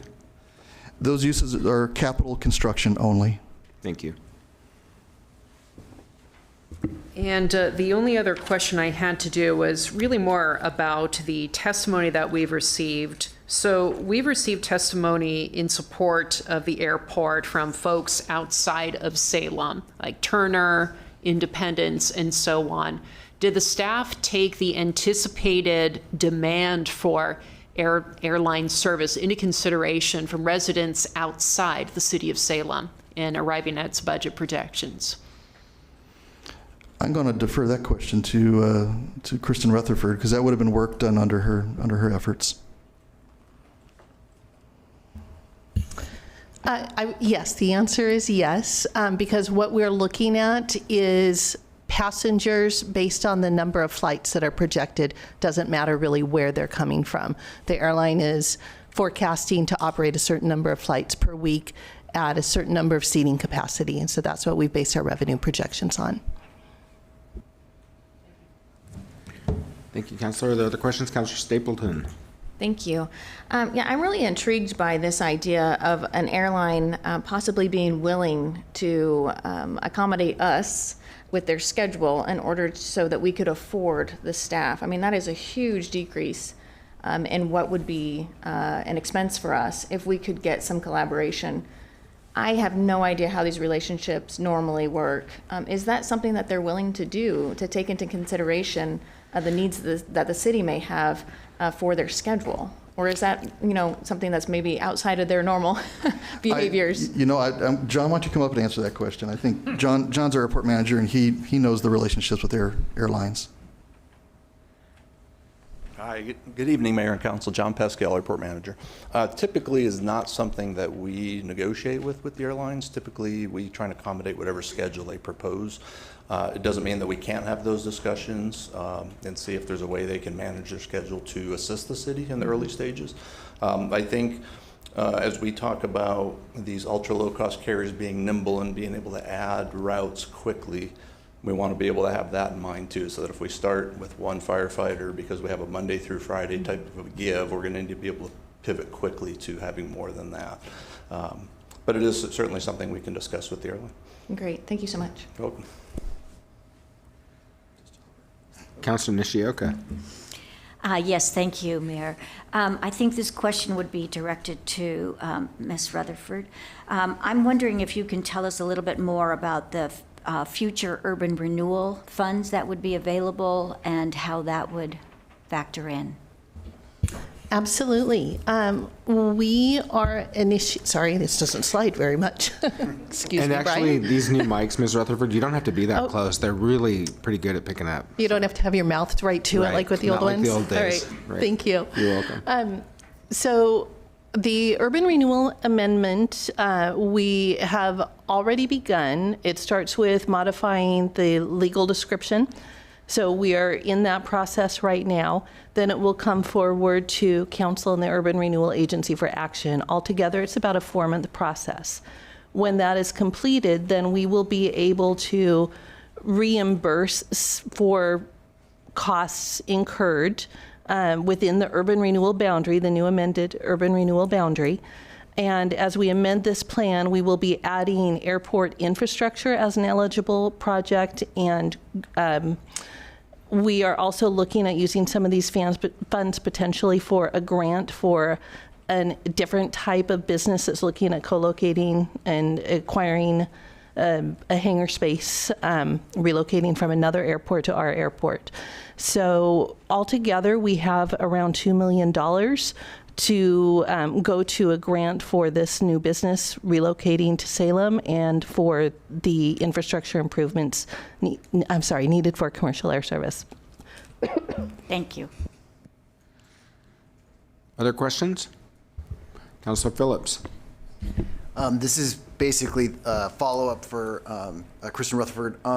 So in terms of getting access to the urban renewal funds, we can't do it now because we started a process that won't complete for several more months.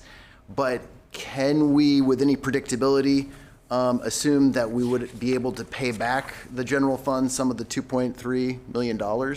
And if so, do we have a sense realistically how much? Like all of the $2 million, or?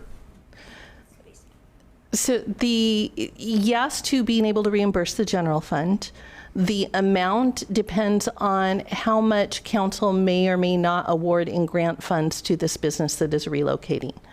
So out of let's say it's $2 million that we have. If you were to provide or approve a grant of $500,000, then we could have a $1.5 million reimbursement. Okay, thank you. And then my other questions were more broad, and I'm not sure who they're best directed to, but we've kind of accepted that, is it Las Vegas is one of the cities that is likely to be targeted for flying to from Salem, as well as the greater Los Angeles basin. Is that accurate? Yeah, we're looking at, our understanding is it could be Reno, it could be Las Vegas, it could be Phoenix, it could be LA. Okay, so and I recall that at least several of those were kind of in the generally accepted data as commonly like flown to from Salem, like in the top 4. I mean, 3 of those sound like they were in the top 4. Is that pretty much what we think is true still? That people from Salem are most likely to fly to those locations? Yes, hi again, John Pescale, Airport Manager. The 4 cities, I think the initial 2 cities that the air carrier is looking at would be to start the greater LA area, and we say that because we don't want to identify a particular airport. Right. And then Las Vegas. And then I think their plans would be quickly to expand to the San Francisco Bay Area and Phoenix, the Phoenix area. So, not Reno. The airline was interested in Reno has since gone bankrupt. Okay. So, I mean, broadly speaking, those are like highly frequented places from community members. Those are right. As Ms. Anyuuchi indicated earlier, those are 4 of the top 5 destinations from. Okay. And then do we have any sense, like demographics, like who within our city would utilize those services? I do not have any of that information. That may be something that's available through the Air Service Development Consultant, but I don't have that specific information. To the best of my recollection, it was presented to us that it wouldn't be monolithic. Like there would be people, I mean, especially in our community who, I don't know if I'll be saying this correctly or incorrectly, but like Latinx or the Hispanic community, there's a lot of people here that fly for family reasons and other reasons to the LA area and south from Salem.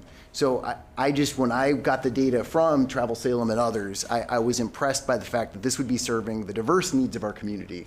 Does that broadly ring true, or am I saying anything that other people heard differently? Councilor, I'm going to ask Ms. Anyuuchi if she has some information to address that question. I don't know if she does. And then I would add, while Angie's coming up, that you know, one of the advantages of ultra low cost carriers is that they're ultra low cost, so it does benefit a wider breadth of our community for sure. Mayor Hoy, Council, I don't know that I have too much more to add to that, but I think that's a very fair question. Our data in terms of visitors that come to this area, we have a lot of data on where they come from, what they do when they're here, how much they spend. So the 4 markets that John Pascal mentioned are in our top 10 inbound markets coming into this community for a visitation. So, and from all the data that we have from the ultra low cost carriers is the affordability of the rate, and they're flying to high activity hubs. I mean, the LA area, San Francisco area, Phoenix. I mean, those are major hubs. You can connect to anywhere really in the world from there. So it would create not only affordable, but accessibility as well. So hopefully that answers a little bit better. Yeah, that helps me. Thank you. Thank you, Ms. Anyuuchi, for coming up. Mr. Bechtel, if you could step back up, I think I have some questions for you. We gave you direction a few months ago to come up with what it was the bare minimum to make this terminal ready for passenger service. Can you describe a little bit this current state of the airport terminal so people have a sense of what we're talking about and where we're starting and if we were to adopt this, where we would be? Sure. McNary Field dates back to World War II, and shortly afterwards, when passenger service began to occur and more general aviation began to occur, the terminal building was built. It was expanded in the 1980s a little bit, and then again for Delta service back in the early 2000s. The building is currently built to handle 50 passenger planes. And if you remember when the Delta service was here, there were the regional jets that came in. And so the passenger waiting area, all the screening area, post 9/11 screening area is all designed for that smaller regional jet. The jets we're looking at now are your 737s that have anywhere from 140 to 190 passengers. So we need to increase the size of the waiting area, because if you can imagine the mechanics of having 150 or 60 or 70 people waiting to board a flight at the same time that many people are coming off a flight. The terminal just needs to be renovated so that it can handle that kind of passenger load. Also, the equipment has gotten heavier, more complex, and we have to reinforce the building itself. The regulations have changed since Delta was here. They're more stringent, and they require a higher technology that the building does not have. Mayor, does that answer your question? I think it does. Thank you. I'm going to interrupt for 1 second and ask Mr. Martin to, if you could turn that mic off on the podium. I think that might be where we're getting a little bit of echo. Thank you. I think that's better. Thank you. Thank you. And maybe if we could have Mr. Pascal come out. I'm sorry. I guess I wasn't thinking about all of my. This is a team effort. That's awesome. And Mr. Pascal, thank you for coming back up. I was curious, we've gotten a lot of feedback or input and concerns from neighbors about noise. And so currently, the Salem Airport, can you give us an idea of how many takeoffs and landings there are on a typical day currently? Absolutely. I can give you an exact number because we just finished a calendar year. We just cleared 45,000 aircraft operations in 2022. Now, an operation being a landing or a takeoff. So if you divide that in half, roughly 22,500 aircraft use the Salem Airport of various sizes, business jets, private aviation, military, et cetera. So depending on the number of flights per year, what that % increase would be in terms of overall operations, it would be fairly minimal. It's just a different size aircraft. So, okay, I'm just going to do some quick math, which is scary to be doing on camera in front of everybody. So you said roughly 45,000. If we're talking about 4 flights a week, 4 times 52, 208, double that because there's takeoff and landing, 400. So to an airport that currently has about 45,000 operations, we're going to add 400 and change. Is my math right? Close enough. Yeah. Okay. 450 works well with 45,000. Yeah. So you want to go with 1%? 1%. If I'm Okay. dropping zeros correctly. So whether we say yes or no tonight, we're still probably going to have about 45,000 operations at that airport in the coming year. Is that accurate? That's correct. And it's actually been increasing steadily since, the 11 years that I've been managing this airport. Okay. From 32,000 to about 45,000. So over the last 11 years, we've increased from 32,000 to 45,000.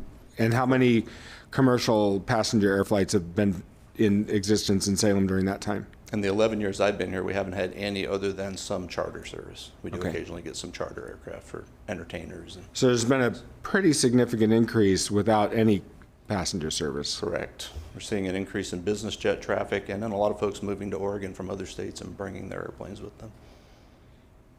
Interesting. Whatever economic development benefit that Didn't know there were that many people who had airplanes, but that's fascinating. Okay. So I think that's a really good perspective, at least for me, when we're talking about, so whether we say yes or no, it's 45,000. That is correct. If we say yes, it's 45,450. That is correct. That's very helpful for me. Councilor Stapleton. Thank you. I had a quick question about this. Do you test noise pollution right now at the airport or surrounding neighborhoods? We do not have a mechanism to test noise pollution now. Okay. Do we have anything at the city that could do something like that, city manager? Possibly? I'm sure our code enforcement team has the capability. Now, whether or not they have the capability to measure air traffic impacts is a whole different story. They're usually designed to measure a fixed source. So I would say no right at the moment. Okay. Thank you. Don't go away, Mr. Pascal. I think I have some more questions for you. But I was fascinated got intrigued by Mr. Staley's comment, so I may have lost it. Are there any other questions from other councilors? Councilor Varney. Thank you, Mayor Hoy. I had a couple questions about the project schedule. And I know expediency is the key here, and we need to get a decision made. And the city's done a wonderful job, great deep dive into providing the information. I guess my concern is when we first started this process, the airline, we were looking at service starting in the spring. Now, when I look at this project schedule, it looks like it's going to be delayed until September because the TSA has to receive its airport security plan and then review it, and then they can do their stuff. So my question is, and you may not be able to answer this, is in terms of negotiations with the airline, how do they deal with issues like this with TSA? The airline has a preferred start date, and they're shooting for the spring because that is just a great time for them to launch new service. And you want to launch new service when you have the best chance of success. They understand that the city has a heavy lift in front of it. We've been communicating with them all through the year, trying to help them understand the various processes that you saw earlier on Mark's presentation. So they're sort of, along with the TSA, kind of working with us to kind of understand what's the optimistic and what's the realistic start date, and I think they're going to have to adjust accordingly. Obviously, they can't have a start date that we can't meet or that the TSA can't meet. So it's a little bit of a squishy answer, I know. It's just something that we're all going to have to work together on to come up with a date that we feel like is more realistic, and then it'll be up to the airline to decide if that's a good start date for them or if they would rather delay until a better start date for their business model. But we're in constant contact with them. In fact, I have bi-weekly meetings with the airline representative just to keep them updated on progress. I'm quite sure they're watching this meeting tonight. They're anxiously waiting the city's decision to move forward or not. And that's kind of the best answer I can give you. Okay, thank you very much. And Mr. Pascal, I remembered what I wanted to ask you about. So, and this is really about the nature of aircraft. The 45,000 planes that are currently taking off and landing at our airport, can you give me an idea of what size, what's the range? I know that we have some airplanes and helicopters that are quite loud, especially the helicopters. Can you give me an idea of what we have currently taking off and landing and how that might compare to the potential noise from these types of aircraft that we're talking about? It would be difficult for me to give you a noise comparison. What I can tell you is that the military accounts for about 10% of our operations. So most of our military is National Guard helicopters. So there's 4,500 to 5,000 operations a year there. They are quite loud, particularly in the summertime when they're ramping up and doing the reservist training.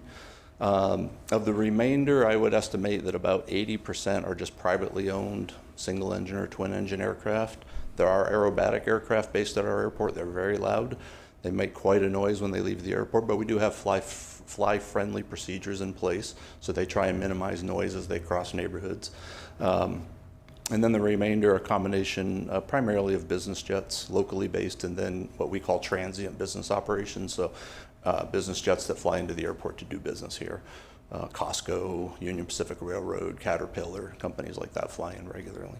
That would be my best guess breakdown without having any information in front of me. Understood. I appreciate that. And compared to, say, some of those bigger corporate jets that are landing right now, are the jets that we're talking about going to be, are they going to be louder, not as loud, roughly the same? Compared to corporate jets, I would estimate that they're roughly the same. They fly similar sized engines. I mean, airline engines are certainly larger, but they're also very noise efficient these days. The airline industry has done its best to reduce noise around the country. Biofuels and alternative fuels were mentioned earlier. The aviation industry worldwide recognizes itself as a polluter, both in noise and of emissions around the world. So they're making great steps to try and be better neighbors in transportation. Councilor Stapleton. Thank you. Yes, I agree with that statement. I live right underneath the flight path, and so I have I've never received a noise complaint from you, so thank you yes, for that. because I moved there, and so I have to deal with that. It's funny, at our house we view noise pollution as secondhand smoke. So it is an air pollutant, and it is something we have to pay attention to. I would love to talk a little bit about climate action, and I'm not sure if it's going to be you or somebody else who can answer these questions for me, but in dealing with all of this information, of course, climate action for all of us, I know we are all very serious about this topic, and so I was trying to find ways to think creatively about ways that we could address both of these concerns moving forward. And I would love to find some way for us to support public transportation through this process, and whether it's a transit day pass with each ticket or a surcharge or fee that would be directed towards public transportation. Is this something that we can do, and how would we go about doing something like that? And I had one more after that, so I know, Kristen, you're thinking. Thank you. The only way I could think of doing this would be similar to what we've done for the youth program with chariots, and it would need to be funded through the general fund. Okay, but there's no way to link it maybe through the airline or fees or any kind of per ticket cost? Just for council reminder, and because several of you weren't on council last spring, we are waiving all fees for the airline for the first couple of years. So we would not be collecting it through fees until that waiver has terminated. And again, since the airlines are low cost and they're looking for subsidies and fee waivers, I would not anticipate that this is something, a financial obligation that they would want to take on. It would be out of line with their business practice. I think if we wanted to do something like this, that we would need to fund it through the general fund. Okay, thank you. My other interest was in starting a climate action fund for carbon offsets that could be offered at the airport to folks who are traveling through, that could possibly fund some of our other climate action goals here locally. Something I'd be interested in. I want to put that out there. You don't have to answer me at all, but I want to let you know what I was thinking about. Thank you. Councilor Nordyke. So I want to follow up on Councilor Stapleton said, because I'm thinking of that as well too. Carbon offsets is something I think that we should absolutely explore, and perhaps directing staff to look into that in the future could be worth following up on. Tree plantings and various other things. I know we've also talked in prior meetings about making sure that we have a very convenient chariots drop off right at the front of the airport. Nobody wants to lug a suitcase, especially if they have a couple kiddos in tow, even so much as 100 feet between the airport and rainy Salem, Oregon. So I would encourage us to work with our Chariots board to ensure that we can have a convenient drop-off access to and from, to encourage people to take public transit to the airport as an additional option. But I would love to follow up on carbon offsets, because I was thinking of that as well, but I didn't know who exactly to ask, because it's not really on our agenda tonight, but I think it should be. Thank you. Thank you, Councilor. I too would be interested in exploring that conversation, see what options are out there. I don't know what other municipalities are doing or other airports, but that's, I think, something that we could task staff with doing some research and coming back to us and talking about those options in the future. What are, you know, I think it's an evolving industry and an evolving mindset. So I think that there's probably a lot of things out there that we're not aware of, but I would like to hear more about that in the future. So I don't know if you need more direction than that, Mr. Manager, if that kind of gives you somewhere to go. No, that's clear, and I've got some ideas. Great, thank you. We'll look forward to hearing back from you on that in the future. Councilor Phillips. Thank you, Mayor Hoy, and I really appreciate the discussion from my colleagues so far. A lot of really good ideas being brought up.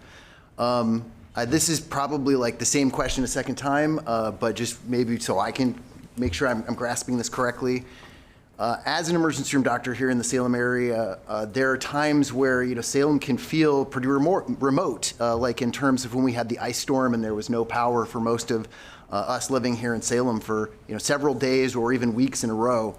And we've had other disasters. We've had the forest fire smoke in the fall of 2020, where the air quality was dramatically affected and the canyon was burnt out. It's my understanding that FEMA utilized our airport, and it's just one example of the importance of that resource in ways that community members may not have on top of mind. So for me, being concerned about natural disaster, a potential or near guarantee at some point in our future of a seismic event affecting us in a way that I don't think any of us can fully appreciate until it happens, I look at this as really important for that preparation in terms of emergency preparation and disaster preparation. Once we get to the 10,000 flights of commercial air service, we get opened up for federal funding for capital projects to the tune of nearly $1 million a year, $800,000, $900,000 a year. So I think that that's really important, and I just want to verify that we could really benefit from that. Like, it's a significant airport, and maintaining an airport is expensive, so getting federal assistance, I mean, I want to make sure that staff agree that that is helpful. Councilor, I think it's 10,000 emplanements and not 10,000 flights, which is a significant difference. So it's 10,000 people getting on an airplane, not 10,000 flights. That's correct. 10,000 people get on an airplane. And Councilor, just to add on to that, yes, the state of Oregon and FEMA have identified Salem Airport as a major transshipment point for emergency supplies and especially after a Cascadia subduction earthquake event. One of the there's two major goals that we have in Public Works when it comes to debris clearance after an earthquake. Number one is clearing routes to hospitals so we can get to you, and then clearing the airport and fixing any damage to the airport. That's how important the airport is to the response to a regional disaster. Thank you. Thank you, Councilor. Are there other questions? Councilor Gonzalez. Just want to share some comments. Talking about the passenger experience, Mark, Portland is not the best at all. So I just wanted to throw that out there because that's probably the worst part about flying is dealing with PDX. Now, the other thing you'll notice is PDX keeps growing. They keep adding terminals. I mean, it just doesn't stop. So the amount of flights keep growing for whatever reason. Us having service here, the way I see it is Salem finally taking responsibility for our emissions, because all we're doing is quantifying how much is outside our boundary and what isn't. So in a way right now, we're really just pushing it off on somebody else. So for us to be able to count it now we can actually take responsibility and move forward with whatever options we have. And also, Trevor, I want to thank you for bringing it up, but when you talk about a Latino community, yes, in this case, this Latino community is newer. It's a young Latino community. It's highly immigrant. So for me to have more options for some of these families to go see their family, sometimes they haven't seen them in years. It's very important for me. Just wanted to share my support for this. Thank you, Councilor. That's an important perspective. I'm glad you shared that. I guess I wanted to share some thoughts as well, and I'm not trying to convince you because this isn't a voting item, it's an information item, but the one right after this is, so you can think of these thoughts when you're thinking of how to vote, I suppose, on item 5B. But so I've been torn on this issue. I've been hearing from our constituents on both sides of this issue. It's, to me, it's not clear cut. There are positives, there are negatives to whichever decision we make tonight. But how I've really thought about this, and I've been thinking about a lot of things since I've taken this seat, I think that Salem is in a period of transition. We're in a period of coming from a small town to more of a bigger city. We are the second largest city in Oregon, although most people outside of Salem don't know that. And I think maybe a lot of people inside of Salem don't know it either. But we really are the second largest city in Oregon. Sorry, Eugene, it's not you. So no matter how you try to do the math, it is Salem. But yet we don't always own that, and we haven't always owned that. And I think that the city bureaucracy hasn't always owned that. And in my mind, this is sort of a coming of age type situation. We have the opportunity I think we're the largest state capital in the country without commercial air service. That's a significant thing. I've been thinking about things, some of the opportunities I've had recently to think about Salem in a bigger context, and that's one of the things that I've been thinking about. The other thing I think about, and I've thought about this for years, and I apologize, Mr. Pascal, no offense meant, but the airport takes up a lot of land in our city. Like, it's a huge amount of space that we could be using for a lot of other things like housing and other things. But we have this asset. Obviously, that's not going to happen. We have this asset, but it isn't used by everybody. It's used by a very small demographic. I mean, the people apparently who are moving here who have planes. I didn't know they existed, but apparently they do. It's not used by very many people. I mean, 45,000 operations is a lot, but I think I would be interested to know like how many individuals is that? It's probably not huge. So in my mind, a better utilization of that huge asset that we have in the middle of our city by more people makes more sense. You know, having more people utilizing this thing, I think it just the way it works currently. You know, it's a big resource for not a lot of benefit for a lot of folks. So, in my mind, commercial air service kind of levels that playing field a little bit, and it spreads that out a little bit more. And so, I understand the concerns. I'm very committed to reducing greenhouse gas emissions, and I know that this might not help that, but I know we're doing a lot of other things that will. And we're going to make other decisions that will. And so I think we need to do everything we can. Some of the things regarding offsets, I love the idea that Councilor Stapleton threw out there, and I'm really looking forward to exploring that further.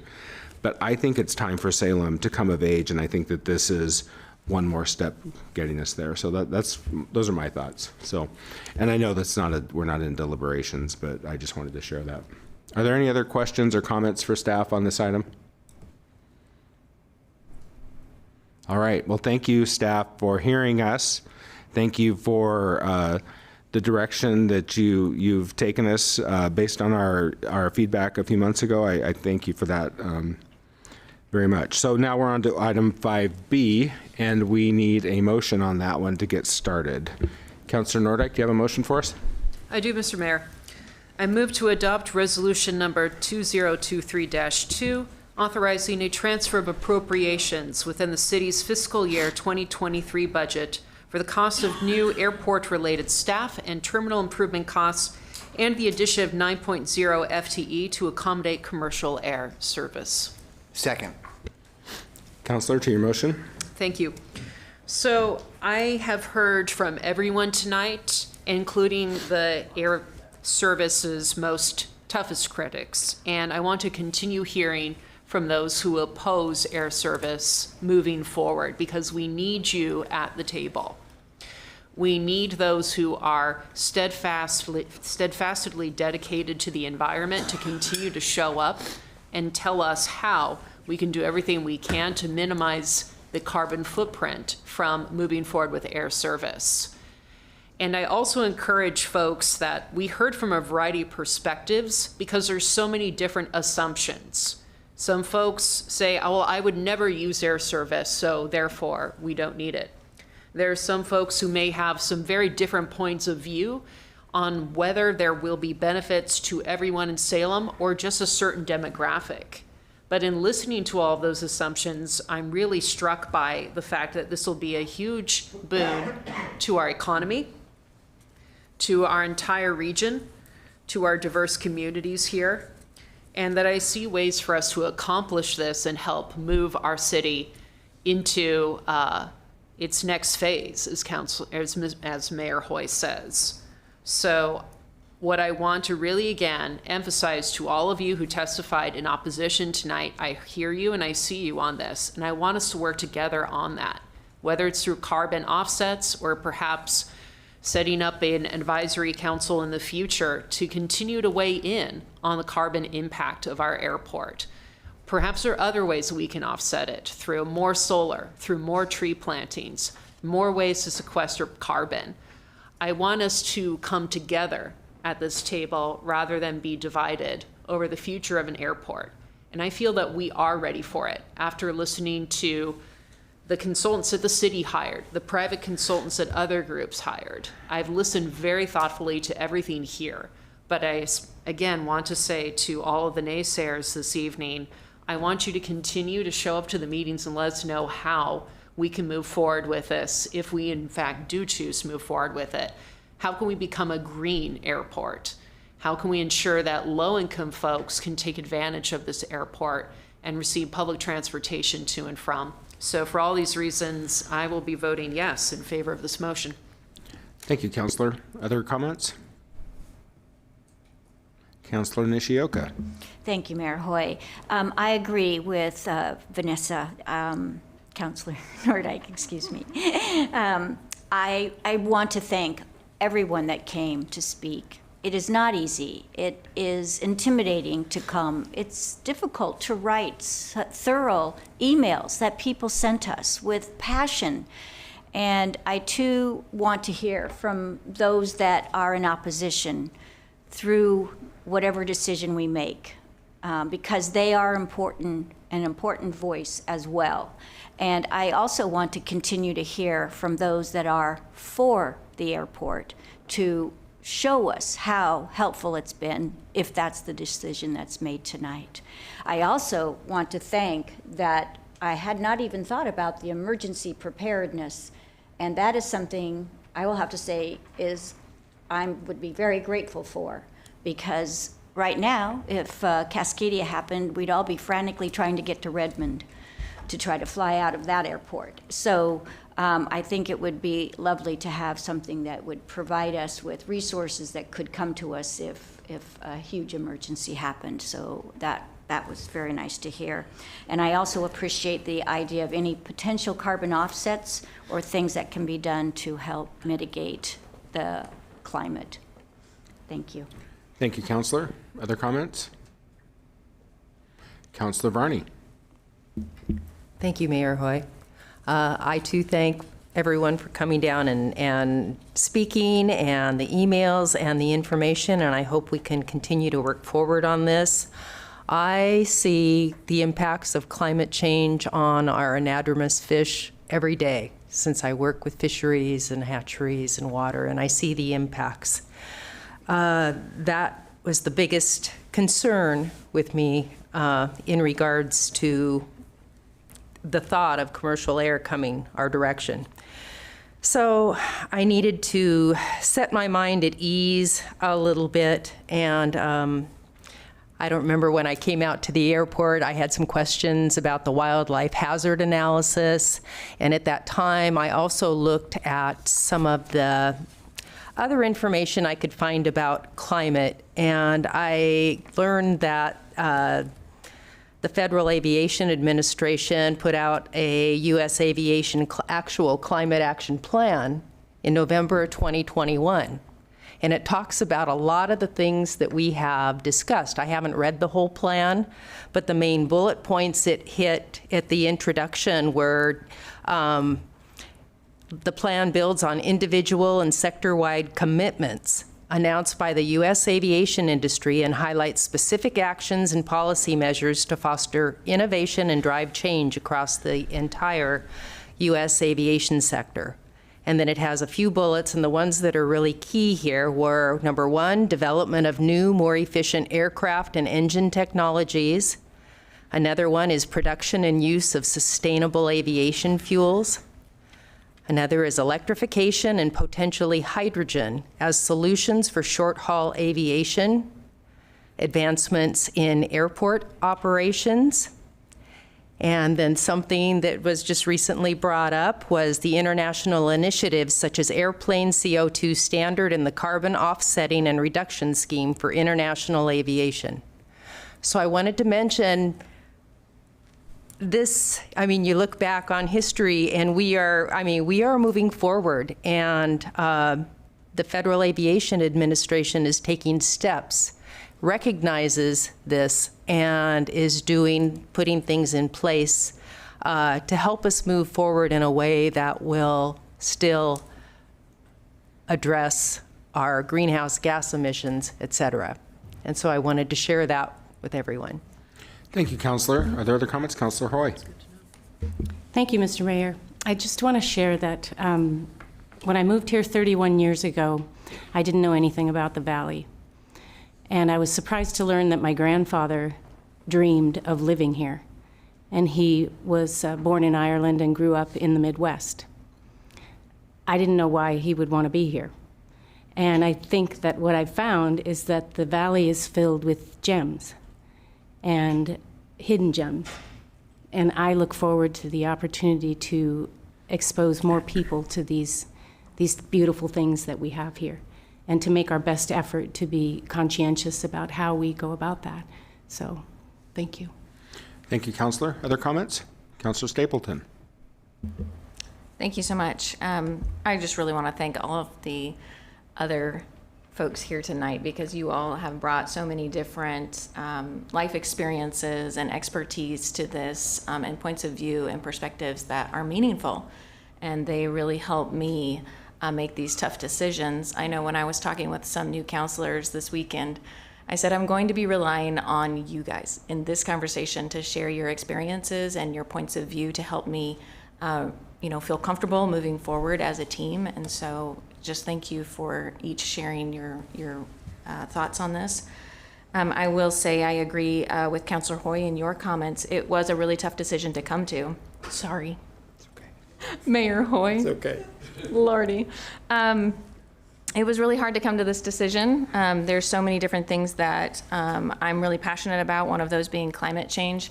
The other is the realities of our budget moving forward and the impacts that this is going to have on that as we move forward, and also the asks that we are making of staff.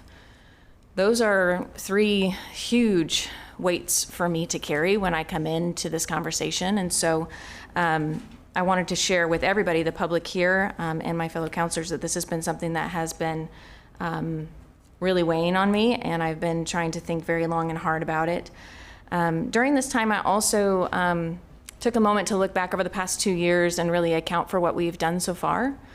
And what I found is that we have done so much already for climate change to date. It has really been our driving focus here, and for our unhoused neighbors. Time and time again, when I went through and looked back at what we have done to date, those were the things that were coming. And I realized that even during this really challenging time for businesses, we haven't been able to do as much as I'm sure any of us have wanted to.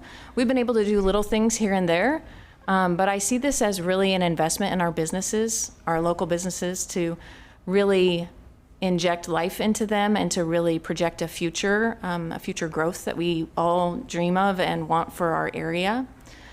So that really settled me, I think, when I was thinking about this, was just how much we have done and our continued commitment to those things. All of us here are really passionate about those.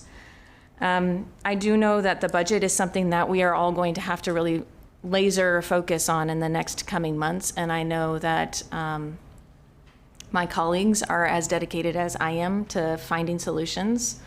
And so I know that I'm going to be here for those conversations as well as our business community, as well as our residents here. We all need to be a part of those communications and hopeful path forward on that. I'm also really encouraged by the support that I knew I would have for some ideas as far as carbon offsets and support for public transportation. I knew that you guys would be in support of that, so thank you for sharing your support there. Yes, I look forward to the vote and to the many years ahead. I think it'll be really good. Thank you, Councilor. Councilor Phillips. Yeah, thank you, Councilor Stapleton. I was going to say the same thing. Mayor Hoy, you hit it out of the park with your summary at the end of the last one, so well done. You hit all the things I was hoping to. And also, I really appreciate City Manager Keith Staley from leading off the discussion in 5A. We really, as the policy setters, have to balance, everything that's being brought forth. Both the greenhouse gases and our strive to make real differences there, but serving, the economic future, businesses, and the diversity of our, multinational city. So, for me, the number one issue really still just time and time comes back to that disaster preparedness. And that's why I've been encouraged from the beginning that it would be really nice to have access to those federal funds to maintain with capital funds for the physical plant that is the airport. And I look to, the other leaders who have supported this, whether it's the Oregon State Legislature or our national delegation, both Senator Wyden and Senator Merkley. And Senator Merkley especially is, very gung-ho in terms of making a real difference in climate. He's one of the first senators to use the phrase climate disruption. So I think that this is more of a nuanced issue than people may realize, and there are a lot of potential benefits. There is, risk with this, but I think there's risk with any decisions, and not making decisions now carries risk as well. So I'm an enthusiastic yes on this in a difficult situation. Thank you, Councilor. Are there other comments? Well, I just wanted to close by saying, thank you for mentioning our two senators, and I know that Mr. Hoffert mentioned them as well, but Senator Wyden and Senator Merkley are both in strong support of this. And when I think about these difficult issues, I think, where are folks who I trust and believe in? Where are they on a particular topic? And it helps me to know that they are very supportive of this as well. One of the things that also occurs to me, and I think several of you have commented on it, but so often at City Council, we are doing things that maybe aren't always helpful to business owners or residents. A lot of times what we're doing is making more regulations, making things a little bit more cumbersome for good reasons. But we're often the things that we do aren't always obviously making things better for people or making them easier. And in this case, this is a chance for us, I think, to have a really positive impact on our economy, which is not something that we get to do directly a lot as a city council. And I think this is a chance to support our small businesses, which is something that I want to be able to do when I can. So I'm an enthusiastic yes. Also, I think this is, like I said before, I think this is an opportunity for Salem to come of age, and I look forward to voting yes. So if the recorder will please call the roll. Councilor Phillips. Aye. Councilor Gwyn. Aye. Councilor Gonzalez. Aye. Councilor Hoy. Aye. Councilor Nordike. Aye. Councilor Varney. Aye. Councilor Stapleton. Aye. Councilor Nishioka. Aye. Mayor Hoy. Aye. Motion passes. And now we are on to the pulled consent items. So Councilor Nordike, we are on to 3.3B. Thank you, Mr. Mayor. I move to adopt staff recommendation to authorize the city manager to execute the intergovernmental agreement with Salem Area Mass Transit District, AKA Chariots, for the Youth Fair program to support youth rideshare. Second. Councilor? Thank you, Mr. Mayor, once again. So almost in the same breath, after we vote to move forward with commercial air service, we have a motion before us to support more climate action through the form of youth transit. We have a lot of youth who live in the margins. We have a lot of youth who can't afford a car and can't afford a bus pass. So by supporting this effort, we are not only helping our low-income youth who want to get to their after-school job or their soccer practice or what have you, ways for them to engage in their community and build those adulting skills. We're also supporting folks to use public transit. And as I understand it, this program has already shown an increase in youth ridership. So I'm delighted to support this and encourage my colleagues to do the same. Thank you, Councilor. When we make motions and proposals in this body, we don't often know what the result's going to be. Sometimes we're taking a gamble. And when I made this proposal several months ago, I wasn't sure how it was going to turn out. And I know some of our partners weren't sure either. But I have to say, this has so far exceeded how I thought we would impact youth ridership. I recently had the opportunity to be at a local middle school, at Leslie Middle School, and spend the day. And it was so awesome to talk to some of the students who had discovered this program and who are able to use transit now for free and get around our city and do things that weren't accessible to them before this program existed. And it was also really wonderful seeing the light bulbs go on to the other students who hadn't yet discovered it. Really? I didn't know about this. And they're like, I can ride the bus for free? That's amazing. I'm going to go to the library, or I'm going to do this, or I'm going to do that. And so, yeah, I so appreciate our partners at the City of Kaiser, the Salem Kaiser Public Schools, and also Chariots to make this program really a success. I hope that, and I know that our friends over at the Chariots are working on ways to continue this program, because I'm not sure that we're going to be in a position to do so in the coming fiscal year. But I think we've got it off to a great start, and I'm super excited about the increased ridership. And I think that, and I think I said this at the time, if we can create riders out of our youth, then those riders become riders as adults. And so that's a really great thing. So any other comments? If the recorder will please call the roll. Councilor Gwyn. Aye. Councilor Gonzalez. Aye. Councilor Hoy. Aye. Councilor Nordike. Aye. Councilor Varney. Aye. Councilor Stapleton. Aye. Councilor Nishioka. Aye. Councilor Phillips. Aye. Mayor Hoy. Aye. Motion passes. Now we are on to information reports. And now that it's a little, this is where not being in the Zoom environment will really start to become clear, because all these staff members that you're seeing sitting here waiting for their information reports to come up, this is why they're here, because just in case we have questions. So normally they're on the screen but with their cameras off, but now they're sitting in the room waiting. So it kind of makes that a little bit more real. Here we are at 8:20 at night, and they're wondering if we have questions about what they've been up to. So we'll just go in order like we had been. I think that's worked well. So are there any questions or comments on item 6A? Councilor Stapleton. Thank you. I will say, now that we're back in person, I miss hearing your dogs or seeing your cats. Do you know what I mean? I do, and they actually asked to come to the meeting, and I said no. I know. So. Okay. Mike, I do have comments. Sorry. On 6A, I just wanted to highlight a couple of grants that are going out the door. One of them is Nourishing Salem. It's to Marion Polk Food Share for $165,000, which is fantastic. And also the Turner Road Sheltering Program is receiving the grant of $429,000 to get that program started. I couldn't be more excited for both of these. Thank you. Thank you, Councilor. Anything else on 6A? Item 6B. Item 6C. Item 6D. Sorry, Ms. Anderson-Ogilvie, you're here. Thank you for being here. Got no takers.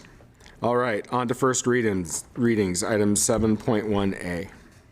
Ordinance Bill number 123, an ordinance vacating Cross Street Southeast, west of 20th Street Southeast. Councilor Nishioka. Yes, thank you, Mayor Hoy. I move to advance ordinance bill number 1-23 and ordinance bill number 1, oh, I guess they're both the same, to second reading. Second. Thank you. Councilor, did you have any discussion on that? I do not. Thank you. Is there any further discussion? The recorder will please call the roll. Councilor Gonzalez. Aye. Councilor Hoy. Aye. Councilor Nordike. Aye. Councilor Varney. Aye. Councilor Stapleton. Aye. Councilor Nishioka. Aye. Councilor Phillips. Aye. Councilor Gwyn. Aye. Mayor Hoy. Aye. Motion passes. Item 7.1B. Ordinance Bill number 223, an ordinance amending Ordinance Bill number 2022, declaring certain territory located at 4650 and 4680 Hazelgreen Road Northeast and land adjacent annexed to the City of Salem, prescribing Salem Area Comprehensive Plan Map designation, prescribing zoning, and withdrawing the territory from the Marion County Fire District number 1. Councilor Gonzalez. Yeah, I move we advance ordinance bill 2-23 for second reading. Second. Is there any discussion? If the recorder will please call the roll. Councilor Hoy. Aye. Councilor Nordike. Aye. Councilor Varney. Aye. Councilor Stapleton. Aye. Councilor Nishioka. Aye. Councilor Phillips. Aye. Councilor Gwyn. Aye. Councilor Gonzalez. Aye. Mayor Hoy. Aye. Motion passes. We have no second readings. We already disposed of item 8, public comment, earlier in the evening.